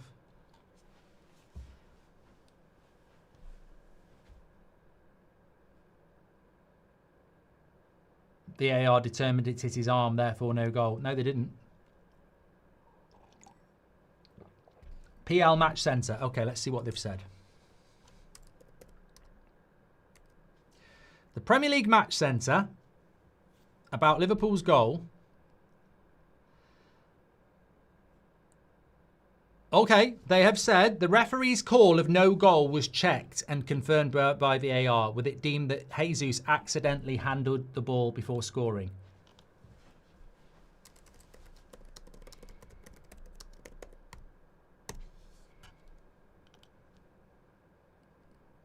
And in relation to the other goal, they said the referee's call of goal was checked and confirmed by VAR, with it deemed Ndoye was not in the line of vision of Alisson and did not make an action that impacted an opponent. Oh my God. Oh my God. Oh my God. So basically, Ndoye does what Robertson did. They give it, and they don't give it. I mean, look, the Forest goal should be given, and the Van Dijk goal should be given.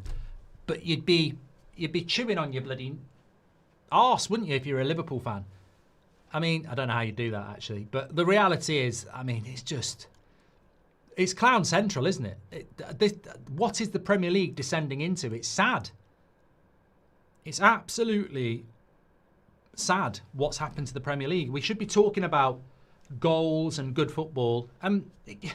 It's all, you know, I don't believe in conspiracies, but it's almost propaganda. The Premier League is so shit as an entertainment football brand now that most of our entertainment comes from ridiculing incompetent referees. That is the entertainment.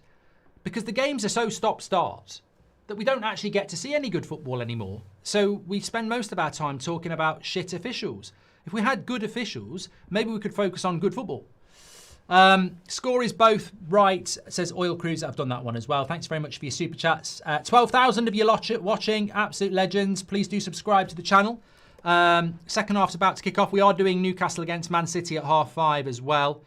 Do get involved with that as usual. Thank you everybody for tuning in. Great to have you all here. As always.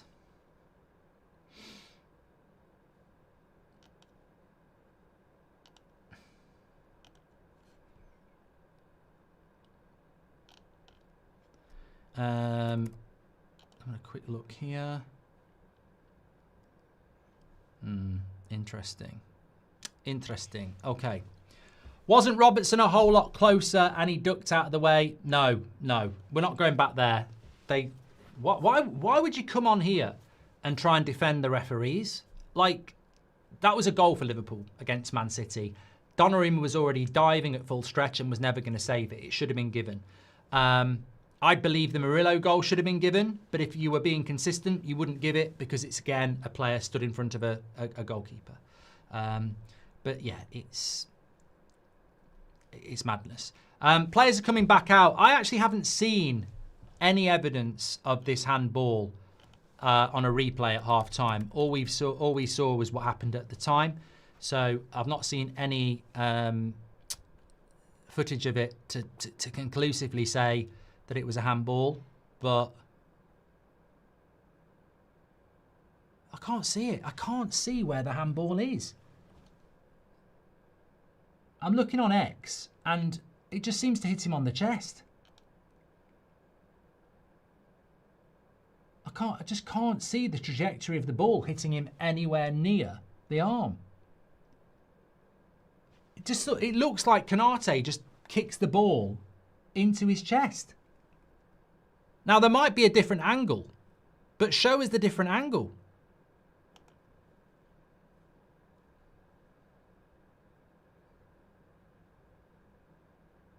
It's mad. It's absolutely mad. Anyway, we're up and running for the second half. Let me get the second half going for you.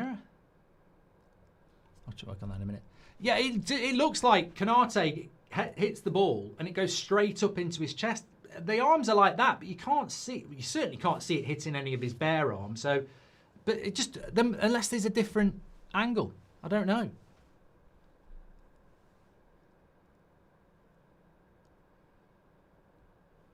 Hold on, I've lost my live chat here. Oh, it's 2-0! It's 2-0! It is 2-0! It is 2-0! It genuinely is 2-0! I saw somebody say in the chat, I thought they were joking. It's 2-0!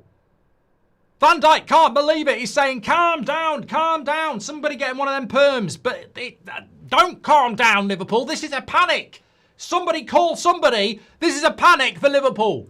And as a United fan, I am actually saying this is a panic. This is a problem with a capital P because you are 2-0 down right at the second half. It should be 3-0, but it is 2-0.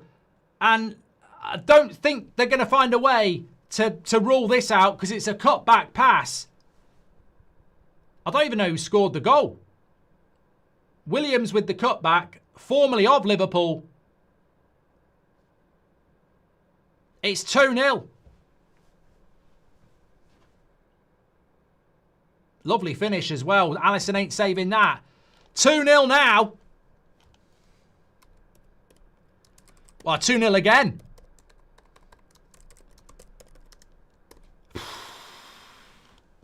I do not see a way back for Liverpool. They would have to do something in this game they just haven't done. They would have to dominate this Forest side and score 3 goals. And you do start to wonder. I mean, I don't think they can sack Slot, but you do start to wonder, what would you do? What would you do? Rub says Slot out. Van Dijk Karma has Anana Karma vibes, says BBA.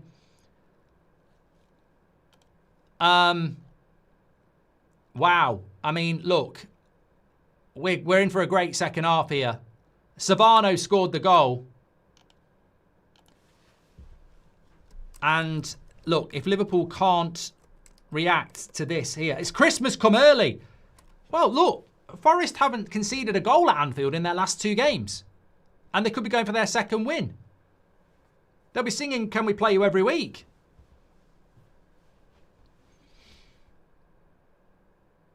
Premier League is back. Well, that's what I want to talk about in the Premier League. You know, we mustn't forget that PGMOL is shit, but the way to counter the PGMOL is to create stories like that. And yeah, people will say PGMOL get away with it, but they get away with it anyway. Do we want to be spending the next few days talking about the PGMOL, or do we want to talk about Forest winning at Anfield? And that second goal is just a good goal. And they'll struggle. They will struggle now because Sean Dyche is not the sort of manager that is going to give up a 2-goal lead. Liverpool should have bought a defence instead of an attack, says Stuart. Get the lightsaber out, Mark.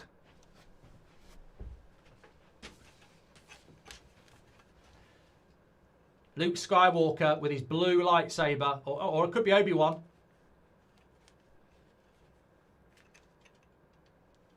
It does look good. Dun, dun, dun, dun, dun, dun, dun, dun. Oh shit! Nearly broke it there. Yeah, strike me down, and I'll become even more. This is what Forrest said to the VAR.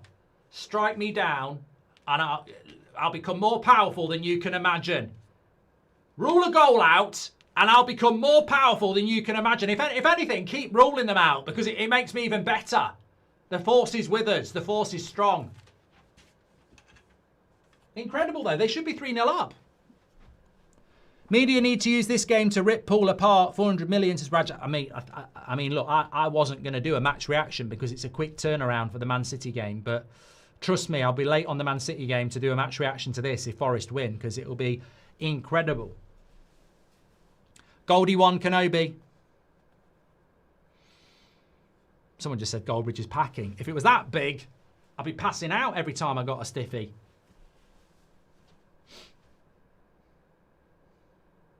I wouldn't want one that big. There's too much. It could be too big. Anyway, we're going to get a great second half here. Still 2-0 West Ham, Bournemouth. Brentford still 1-0 up at Brighton. Forest are obviously 2-0 up here. Could get worse. Could get worse. Please do share the video. We could be witnessing something very special here. I just want to say, obviously, I present the show, That's Football, but it is your channel. You do drive it. My plan in the international break was to do Burnley-Chelsea, have a break, and then do Newcastle-Man City. And then last night, someone said, don't do Burnley-Chelsea, have a longer morning, and do Liverpool-Forest in the 3 p.m s. And I went, you know, that sounds like a good idea. I don't know why I wasn't going to do that. Let's do that. Oh, my God. Imagine I'd done Burnley-Chelsea and then not done this. I don't know what I was thinking. Mancunian Red says, speak for yourself, Mark. I wish my husband was like that. Enough of that. I was going to say it'd split you in two, but that's what Forest have done to Liverpool here, because it is 2. Don't get that much of the day. This hurts and doesn't make sense from last season, says Colin. Look, obviously this is That's Football, and we get a lot of people who, you know, over the summer, Liverpool fans reacting to the transfers. I did those videos, so I'm not going to pretend that we don't have Liverpool fans watching. I've got to say, it's very reminiscent of what happened to Man City last year. And I know that's no consolation, but it is... There's almost a theme, and it goes back longer than that. Remember, Mourinho got sacked by Chelsea before Christmas, having won the league the previous summer. Man City last year won the league, were crap. Liverpool won the league, crap. There's something about this that, you know, is quite... It's not rare. You know, it does happen. And there's that old adage that it's harder to win the league. It's harder to retain the league than win the league. But we have seen teams do it. Man City, Man United, Arsenal over the years. But there's something about the second season afterwards where it can become a problem. And there's numerous reasons. Liverpool have had to change quite a few players, you know. Complacency, drop-off. You know, Salah's nowhere near as good. Van Dijk's nowhere near as good. Other players. So... You know, it's not unusual or out of the ordinary for teams, when they're title holders, to have a drop-off. But it doesn't make it any more palatable, does it? But look, Liverpool in the title, forget it. I mean, I said that a few weeks ago. As soon as they lost to Man City, that was it. I didn't, you know, the title race, forget about it. It's a top 4 race now. And at some point, we're just waiting for Liverpool to start playing with some fluidity. The problem is they're not. You'd expect them to beat Forest at home. and they're not. So the next problem for Liverpool is not you're out the title race, it's are you going to finish in the top 4? Because there are people who will take that spot, including Man United. So would you change the manager? No manager should be beyond the sack, by the way. If you can sack, I thought that was a foul by Konate. If you can sack Jose Mourinho after winning the league before Christmas, then you can certainly sack Slot. Horrible. Who's been the best Liverpool player? Says Brendan. Gravenberch, maybe.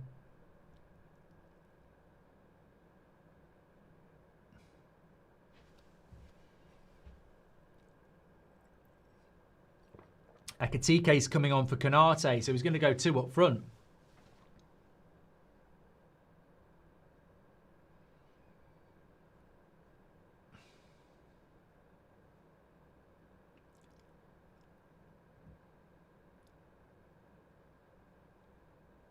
Please do subscribe to the channel, by the way. Bottom right-hand corner. Thanks, everyone, for tuning in. We are doing Man City, Liverpool, but the match reaction to this is going to be the big next thing we do on this channel. Didn't expect it, but... And the big problem in football as well is, and we saw it with Man City last year, is you go, oh my God, Man City have lost again. Oh, they've done it again. I mean, look, this is...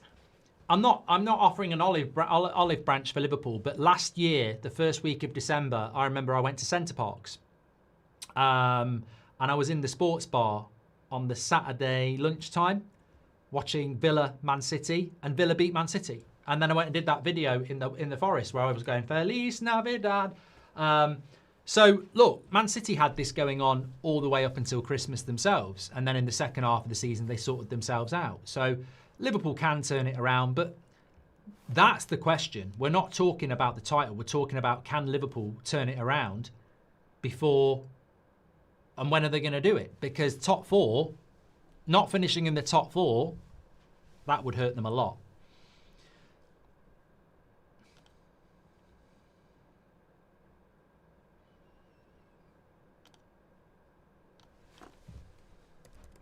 Any other goals coming in? Let me have a quick look.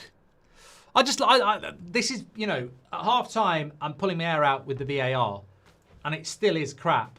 But that's football. This is what I want that's football to be. Got some big Champions League watch-alongs in midweek. But, you know, I want the Premier League to give, and this is what it's all about. This would be one of the big shocks of the season. The Liverpool decline continues, which obviously is great as a United fan, but with that, the curiosity. You know, I don't want to do that. Well, I do want to do this. Over the years, United have been pretty crap, and the amount of Liverpool fans I know who go, I really enjoyed it, but it's actually at a point now where I actually feel sorry for you. I don't feel sorry for Liverpool, but I do sort of look at it and go, well, I don't see this getting any better at the moment. And I think I have my theory as to why this is going on, but I don't see it getting any better anytime soon, because all the solutions for Liverpool are there. They've not got no long-term injury. This is your squad. There's nobody to come back that you're going to go, ooh. Not that you'd go, ooh, anyway, but Isak's apparently fully fit now. So when is it going to click? Look, they've still got over half an hour here. Maybe they can salvage a draw. Anjin at Liverpool, he always wins a title with his third Premier League team, I've heard, says Pocher. Let's see what happens with this corner.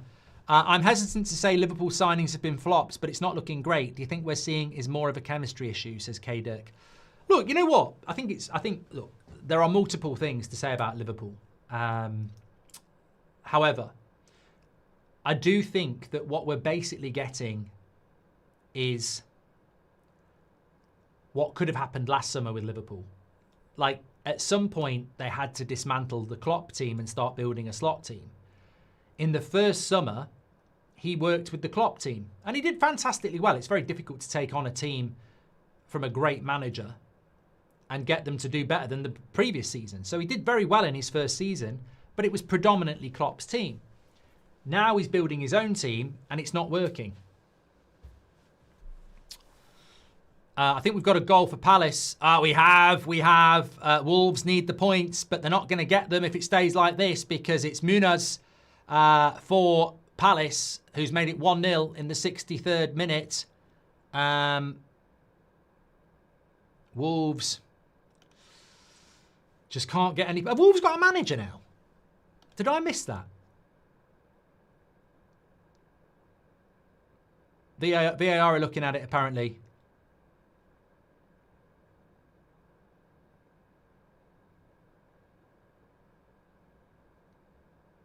Salah, bad shot. Oh, Rob Edwards, yeah, of course. Yeah. Slot out, Southgate in. Oh, God. I don't think there's anything in the world, from a footballing point, I would enjoy more than Southgate getting the Liverpool job. I mean, I'm just going to start this now because we've had it at United. I mean, sack Slot and give Southgate the job. It's just so obvious. And then I think I'll start the Laugh at Liverpool channel. Yeah, I think Southgate to Liverpool. He's available. He's got international pedigree. He's played in the Premier League before. He's Premier League proven. Slot out, Southgate in. This is what we want to see. Colin says there is also a lack of goals from Liverpool. I mean, talk about kicking a team when they're down. I almost want to apologise to Liverpool fans, but it would be fantastic. Southgate would be brilliant for everybody apart from Liverpool. Newcastle against City prediction. Who would you like to win? I think it's tough. We as United definitely don't want Newcastle. I think Callum a draw would be right. I don't want Man City winning the league. So I think a draw would be good. We don't want Newcastle. I don't see Newcastle getting in the top 5 anyway, to be honest. So I'm tempted to say a Newcastle win. Yeah, but I am doing the 5:30 game, yeah. Dougie says, is Liverpool too big a club for Slot to manage? Well, I mean, it's such a strange thing to say because I think people want to dismiss the fact that he won the league. But that's like saying, you know, I could have took over from Klopp and won the league. That's just incredibly thick. He did an amazing job to take on somebody else's team and win the league. Brilliant job. But there's different aspects to management, isn't there? And they've obviously messed up in the summer. You know, they obviously have messed up in the summer. I don't think it's fair to say that all the signings are flops, but none of them have hit the ground running. And if you look at United, Mbeumo hits the ground running. Cunha, to a certain extent. The goalkeeper. So that's just comparing it to United. They've spent a lot of money, and the problem is none of their signings have really hit the ground running. Ekitike to a certain extent, but you buy 4 or 5 players and then 2 or 3 of your reliable players drop off. It's a problem. Salah, still Salah, and he shoots wide. Last season, that's a goal. We've got 1-0 left in the Premier League at the moment. It's 0-0 between Fulham and Sunderland. Bournemouth are losing to West Ham, and they're going to lose. I'm loving the Bournemouth drop-off because we've got them in a few weeks, so that's great. Brighton, Brentford, 1-0 Brentford. Fulham 0-0 Sunderland. Liverpool obviously losing here, and Crystal Palace's goal was given. They're 1-0 up against Wolves. I'm almost tempted not to look at the league table at the moment because I don't think this helps United. I could have done with a few draws. Let me whack it up on the screen for you.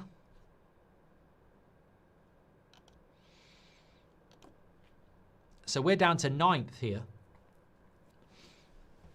But we are above Liverpool. We are above. I don't think we can go any further down than 9th today. Or, no, we can't. This is the lowest we can go because Liverpool losing means that we can't go any lower than 9th. West Ham, Everton, Brighton, Bournemouth. Yeah, Bournemouth losing to West Ham helps us out because they can't go above us. Brentford would be 6th as things stand, which is, you know, incredible. It's a funny old league. Space Cowboy says Slot didn't win the league, Salah did. Constantine says, would you remove Slot from this afterwards? For Southgate, yes. Penalty to Bournemouth, apparently. The problem for Liverpool is, where do you go? Who's available to take the job now? I'm never a fan of sacking a manager in season. People said it worked with Solskjaer. It didn't. We went on a good run, and then we bottled top 4 when we got into it. Look at Amrim. Look at Ranić. Okay, Emery at Villa worked well. But it's difficult, You get Stevie G in. Yeah, you could, jokes aside, you could bring Gerrard in like Man United did with Solskjaer, and I actually think it might give you a bit of a bounce. But in the long term, I think it would be a problem. Becky says, I wish Ange was still at Forest. Look, Dyche's has done a great job, hasn't he?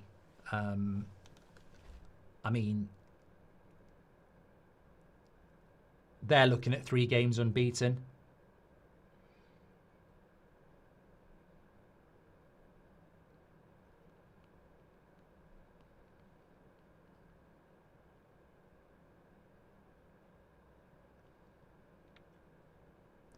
I don't understand how...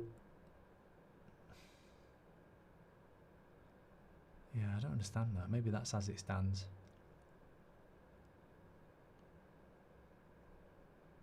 Oh, no. Yeah, we played Spurs last. Yeah, they drew against... I don't know what Forest... Who they won against last time, but they drew against United, and then they won their last game. So, be 3 games unbeaten if they win this. But Liverpool don't look like they're getting anywhere nearer to scoring a goal, do they? Bournemouth have scored the penalty 69th minute, so they'll be very happy with that.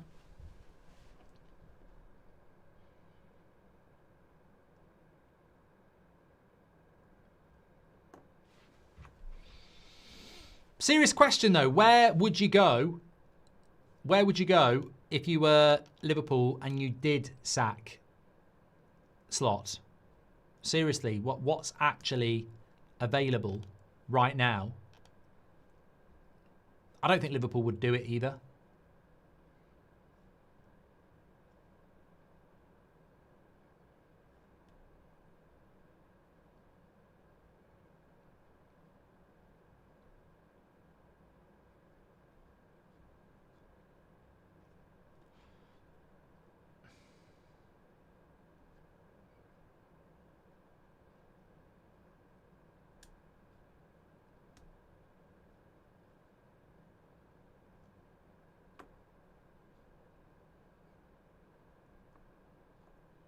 Klopp.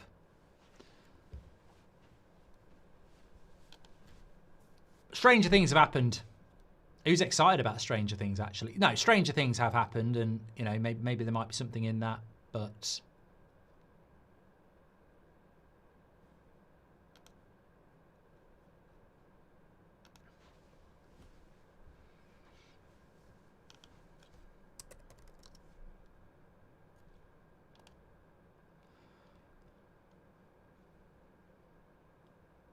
As a Liverpool fan, just Mitch has given us a super chat. He says, as a Toon fan, I'd be happy to miss out on Europe next year. Champions League is nice, but it just risks injuries and we barely have the players to spare. It's almost like an echo of what you did a few years ago, isn't it, to be fair?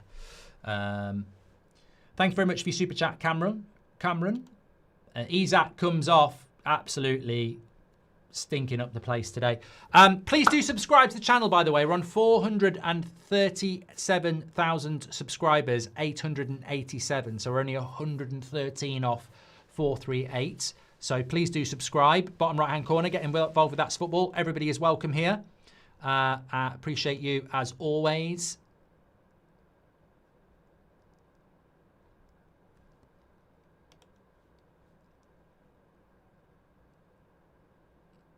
I've just lost my live chat for a moment. Don't worry. I'll be back.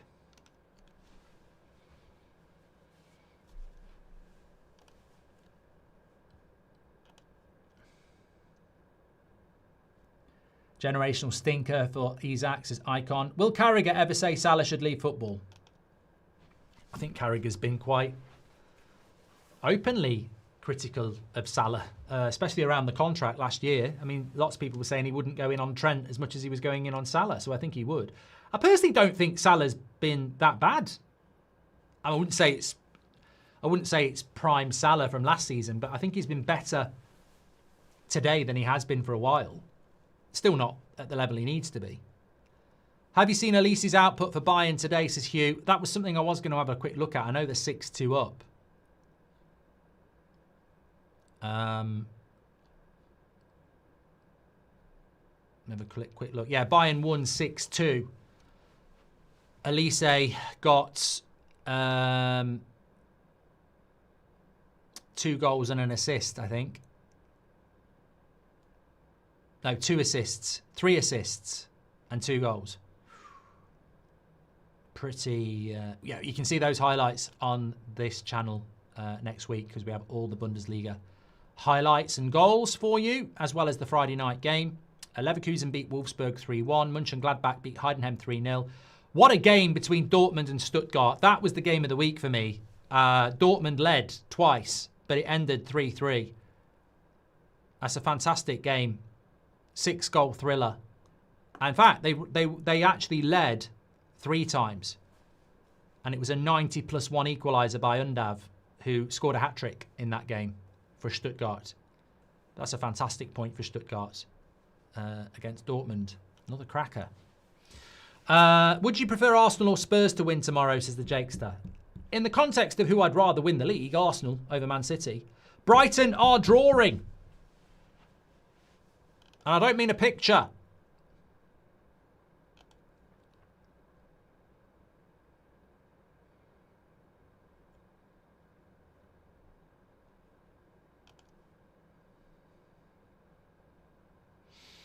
I've just been sent the odds here. Jurgen Klopp, Iriola, Glasner, Emery, Nagelsmann are the top 5 with the bookies. Jurgen Klopp, number 1.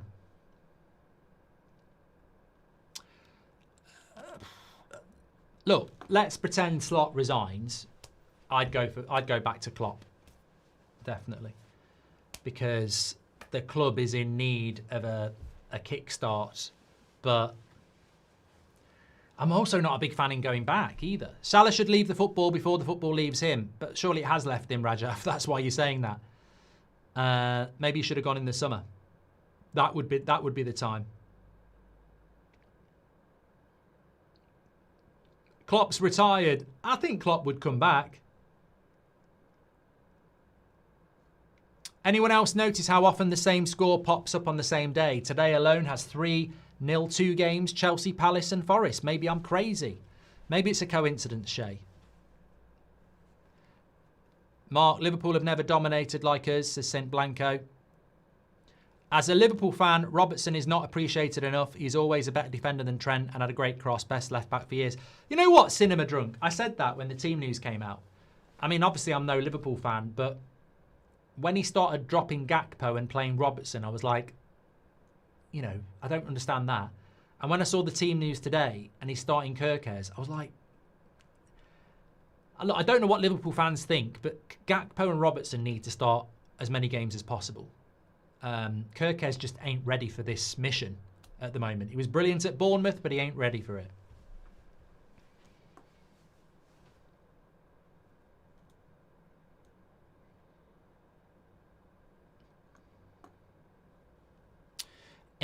There has been a few other goals going in. Let me tell you, we've missed the Crystal Palace. Well, I missed the Crystal Palace second goal. They're 2-0 up against Wolves. And it's this time Pino has made it 2-0. 69th minute. Also, Brighton have equalised. And Bournemouth, as we know, they got a goal back through a penalty from Tavernier. They're pushing for an equaliser now against Brentford, which would be a good result for United because we'd stay ahead of them both. Whereas if one of them win, they go ahead of us. No. Actually, Brighton and Brentford drawing is good for us. That puts us back up to 8th. Brighton's equaliser, Danny Welbeck, 71 minutes. You feel that there'll be late goals there. But it doesn't look like there's going to be a late goal here for Liverpool. Thanks everyone who's tuning in. We've just pushed past 15,000. Make sure you subscribe, bottom right-hand corner, and please smash a like on video. Thank you very much to Cinema Drunk about Robertson. That sparked a good conversation. But you just, look, as soon as it went 2-0 in the first minute of the second half, I felt that was it. And look, maybe Liverpool could have salvaged the point from it, but that's not enough anyway. Isak, is Isak a flop? I mean, look, I look at Isak last season, a fantastic player. He's obviously he hasn't been fit. He's had injuries, etc., etc. But I also feel that, you know, he is playing shit. Like, let's call it for what he is. He is playing shit. And I do feel like that does need to be called out because he's playing absolutely shit. Now, why is that? I don't know. You tell me.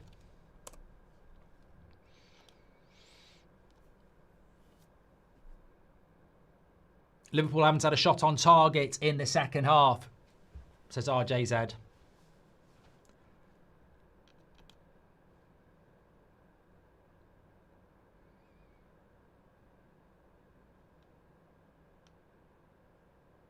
Andre Santos, I'm being told about. Performance against Wolves.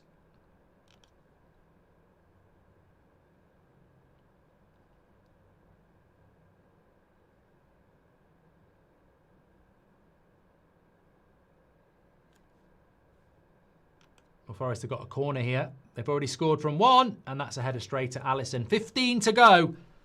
Liverpool ain't coming back and winning this game. It would be a surprise if they came back and drew it. They've obviously made a few subs here, but they haven't made any difference so far.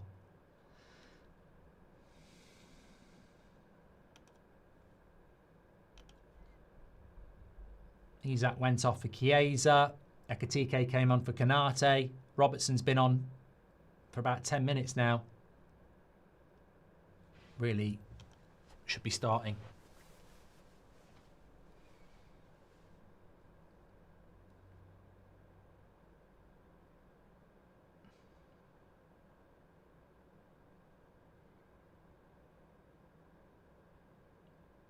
But I think one of the big tactical observations was as soon as it went 2-0, you're up against the Deitch team. And what does that mean? It means they're going to be very well organised defensively and they're going to put their body on the line and they're going to attack any cross you put in there. So it's tough. It's tough to score against a Deitch side that's 2-0 up and confident and got something to defend. And Liverpool have seen that. It's a Jack Grealish all over Liverpool, says Nitro. Alex says there's a great F1 race in the early hours. Won't be me, mate. I'm still catching up on my sleep from last week. Do you think Liverpool will get top four? I think that's the conversation because I think you have to start having that conversation. 6 out of their last 7 Premier League games they've lost. And that's not top 4 form. I mean, that's relegation form. They're not going to get relegated, but the Champions League is just so important, and you would never, ever have considered at the start of the season that Liverpool might not get Champions League football, but that's their battle now. That's the race in front of them. Obviously, they're in this year's Champions League, and they're obviously going to try and do well in that. But, I mean, I'm looking at their next few games, and whilst they may have looked winnable in the international break, I don't think they are now. They've got to go to West Ham next Sunday. West Ham have won their last 2 and are beating Bournemouth. So that would be 3 wins on the bounce for West Ham. They're back. You've then got Sunderland at home. Well, if Forest can come to Anfield and win, then Sunderland can. Leeds away. Brighton at home. Oh, it should have been 2. It is! It's 3! It's 3-0! Gibbs White! It was a great save by Alisson. Surely, incredibly, it's not even the end of November and the words slot out are real. This is real now. This is not overreaction that you get in fans. This is a real conversation. Comprehensively 3-0 down at Anfield to Nottingham Forest. 7 losses in their last 8. Half a billion spent nearly in the summer. They're playing dreadful. Slot looks out of his depth. The team looks out of ideas. Incredibly, I think you have to start having the conversation of when does this get better for Liverpool? And if it doesn't get better, why would you delay the inevitable? Because I just don't see when this... We've been waiting for this. Look, the thing about Liverpool is they won their first 5 Premier League games on the bounce. And the conversation was how? In a lot of those games, it was, last-minute penalties, worldies from Szoboszlai, last-minute winners. They won 5 games at the start of the season that maybe they didn't deserve to win. And they've just lost 7 of their last 8 that they deserve to lose. This is not a false position. This is an underperforming Liverpool side where we're waiting for them to switch. But there's no excuse for it not switching. As I said, there's no players out anymore. It's just not working. And psychologically, of course, there are reasons why Liverpool might be struggling. But the reality is, whilst there may well be a why, you have to find a solution. And that solution may well have to be a change of management for Liverpool. May have to be.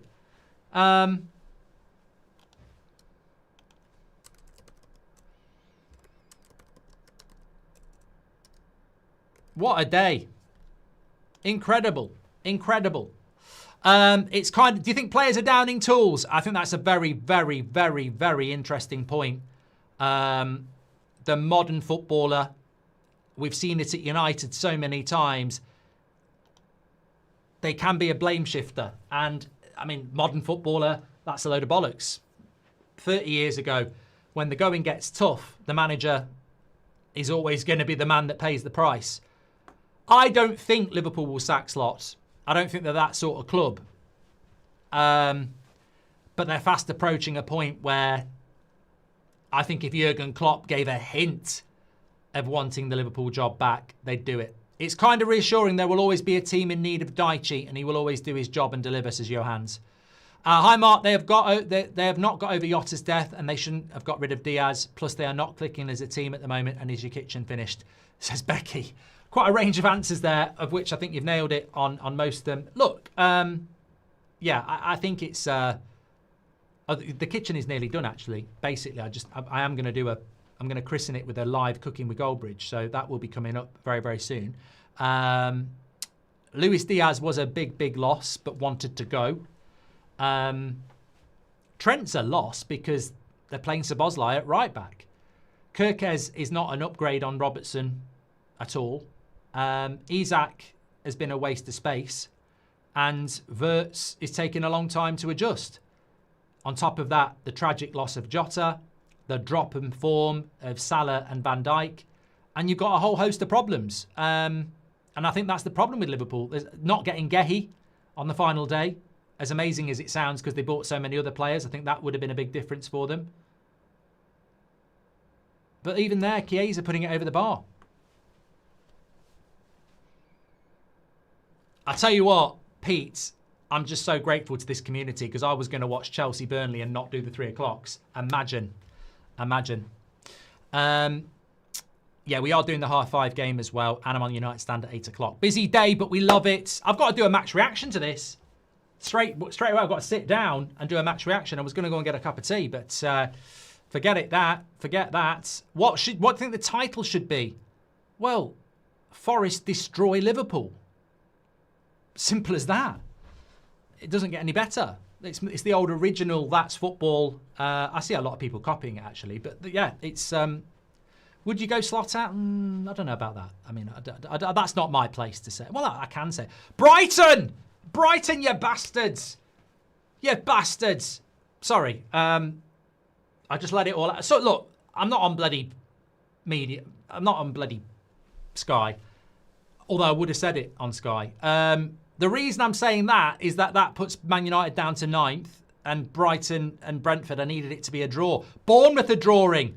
Don't you go and get a late winner, Bournemouth. What the bloody hell's going on here? The results are going all wrong. But, you can't have the rain without the sunshine or whatever it is. Unai has equalised for Bournemouth. 2-2. Still playing there. Palace are 2-0 up. Still, oh no, Fulham have scored against Sunderland as well. Big goal there at Craven Cottage. Jimenez in the 84th minute. That's a very big goal for Fulham. Bournemouth are 2-2. And bloody Brighton have gone and got a late winner here. 2-1. Hinchelwood.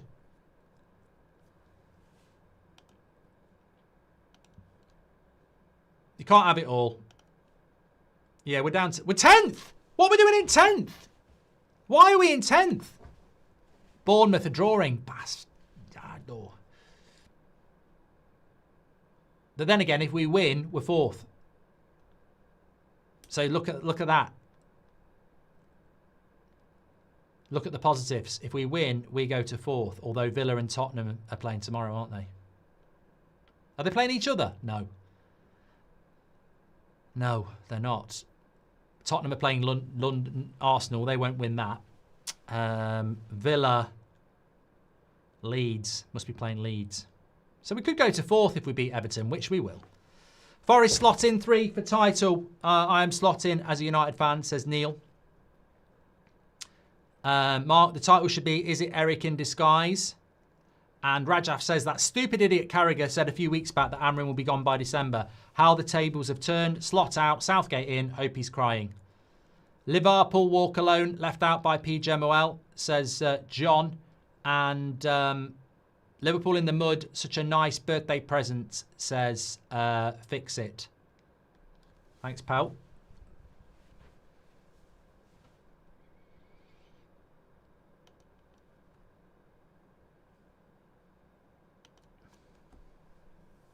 Nearly 20k watching. Don't forget, we are live at 5:30 for the game between Man City and Liverpool. Sorry, they won't be playing again. They get battered. Man City and Newcastle.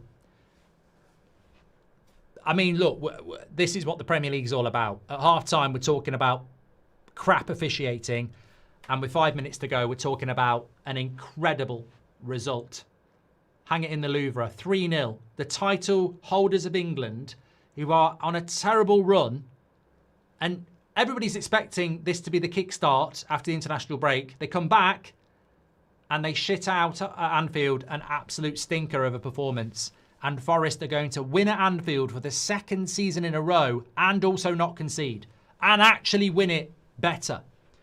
And, you know, I think there's genuinely a conversation, really.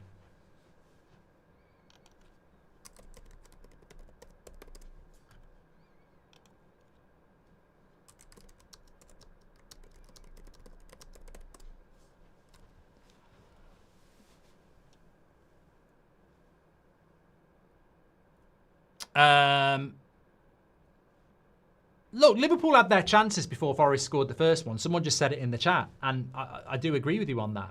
Having said that, you know, the downing of tools is a conversation that I think you've got to have. I'm going to mention that in the match reaction. Like, I don't think we should be sweeping it under the carpet that 5 wins in a row at the start were not deserved, and we championed it as, well, you know, that's the mark of a good team that can win when they're playing badly. But it's not the mark of a good team that continues to get worse. So they won their first 5 badly and then started playing even worse. So they could be in a worse situation than this. What I'm saying is, nobody can claim that Liverpool are in a false position. You could actually say, well, they are. They should have less points. They certainly shouldn't have any more. Result actually bails out shit officiating again, says VBA. The league standings are going to be determined by goal difference end of game 12, says Sean. And thank you very much for that. Are we going to get any other late goals in the Prem? Bournemouth trying to get a winner against West Ham. It's 2-2 into the 90th minute. Brighton are already winning 2-1 against Brentford from 1-0 down. Fulham are holding on 1-0 against Sunderland. And Palace is cruising past Wolves 2-0 at Molineux.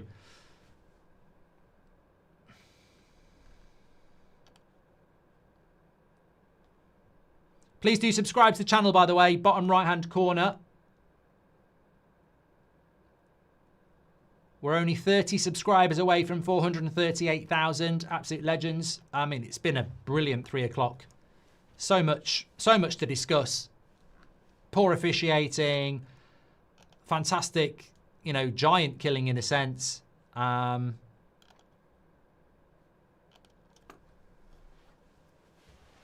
as the fans pour out of Anfield, they'd be thinking, what next? But as I was saying, psychologically, players do need motivation, targets, and these Liverpool players will just be mentally drained by this result because they'll be like, this after the Man City game, they'd be thinking, look, probably not going to win the league, but let's go on a good run. You come back, you get battered. And then you're like, we're definitely not winning the league. What are we going to do now? As I say, there's no players to come back for Liverpool. They need to change something. And the only thing they can really change is the manager. But I don't think they're going to do that. And you know what? You know when a manager you start to look at a manager and go, yeah, their days are numbered. I'm sort of looking at that now and going, is he the guy? Anderson's played fantastically well again. I think Baleba got hooked at half-time for Brighton. It's Forest on the attack again here. They could get 4. They could get 4. Oh, good block, Robertson. He should have got 4 there. This is destruction, though. This is not just a loss. This is a destruction of Liverpool Football Club. Who would replace Slot? I mean, that's the thing. I don't think there really is anybody, Daniel, unless you could get Klopp. Anfield emptying, so much for never walking alone. It's a Space Cowboy.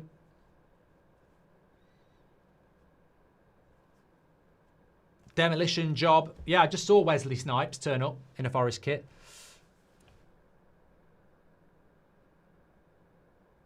Brentford have a penalty. This is great news. This is great news. This is great news. Do not want Brighton or Brentford to win. A draw would be great.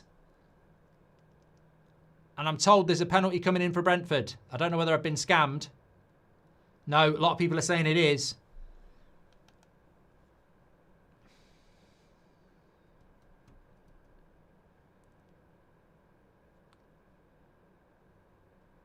I can live with that. I can live with a draw.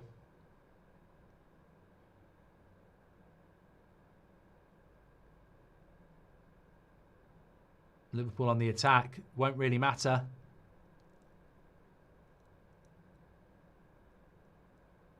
Can they get one consolation? Chiesa into Salah. Sales gets hold of it. Let's have a look at this league table then. If Brighton draw, they go down to 17. That keeps them below United. Yeah, that'll do. That'll do. That'll do. Whoever's taken the penalty for Brentford, make sure you don't bloody miss it. Cunha injured in training, missing from club events, is not prepared. What's this? That's a super chat. Don't be doing trolling super chats.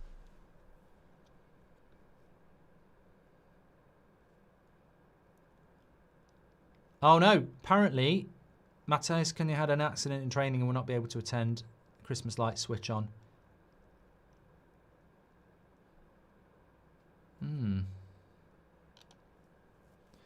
Maybe that's one for the 8 o'clock show. We'll get something around that.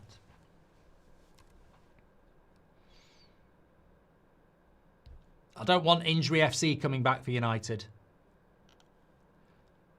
Has he missed the penalty? He's bloody missed it! The Brentford twats missed it, whoever it is. Oh, thanks, mate. Cunha injured and Brentford penalty miss in the space of 60 seconds. Gone in 60 seconds, twice. Oh, get out. Why does it matter? Because Brighton drawing with Brentford would put us ahead of them still. He's done it on purpose, Lynn. Anyway, we've still got 2 minutes of this left. So my plans are, I'm going to do a very quick match reaction, upload that, and then I will be live for Newcastle Man City. Because I could just say don't do a match reaction, but this needs to be preserved for future generations to come back and enjoy the day that Liverpool got destroyed 3-0 at Anfield. And this is a destruction. When was the last time Liverpool got battered at Anfield? I mean, it should be etched in my memory, but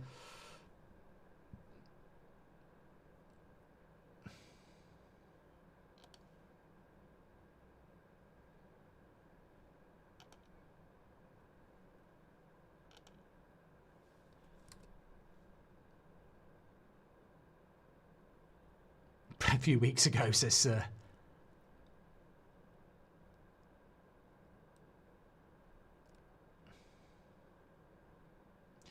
Somebody just said to me, maybe the club don't want Cudyon doing a Christmas light switch on, so it's just an excuse. Hopefully it's nothing major.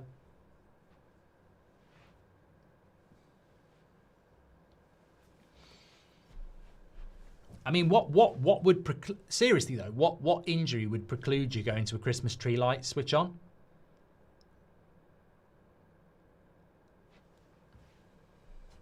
Forest defence has been superb today. Murillo and Milenkovic are very good, and you know Daichi's going to love. I mean, yeah, Deitch deserves a medal for this today. He's done fantastically well.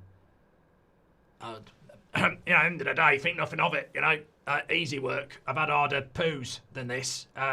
Seriously, I have. I have had worse constipation. It was a piece of piss, and you know, at the end of the day, we should have had 4 goals, and that's it. That's it. Maybe it's a finger injury. You can't do the light switch. Liverpool 3, no. Liverpool 0. Nottingham Forest 3. Fantastic result for them. It's all over. Is it all over for Slot? Probably not, but I think the conversation has to be had when you've lost 7 of your last 8 Premier League games. Massive result. I'm going to go and do a match reaction, and I will see you back on here about 5:15 for Newcastle against Man City. See you in a few minutes.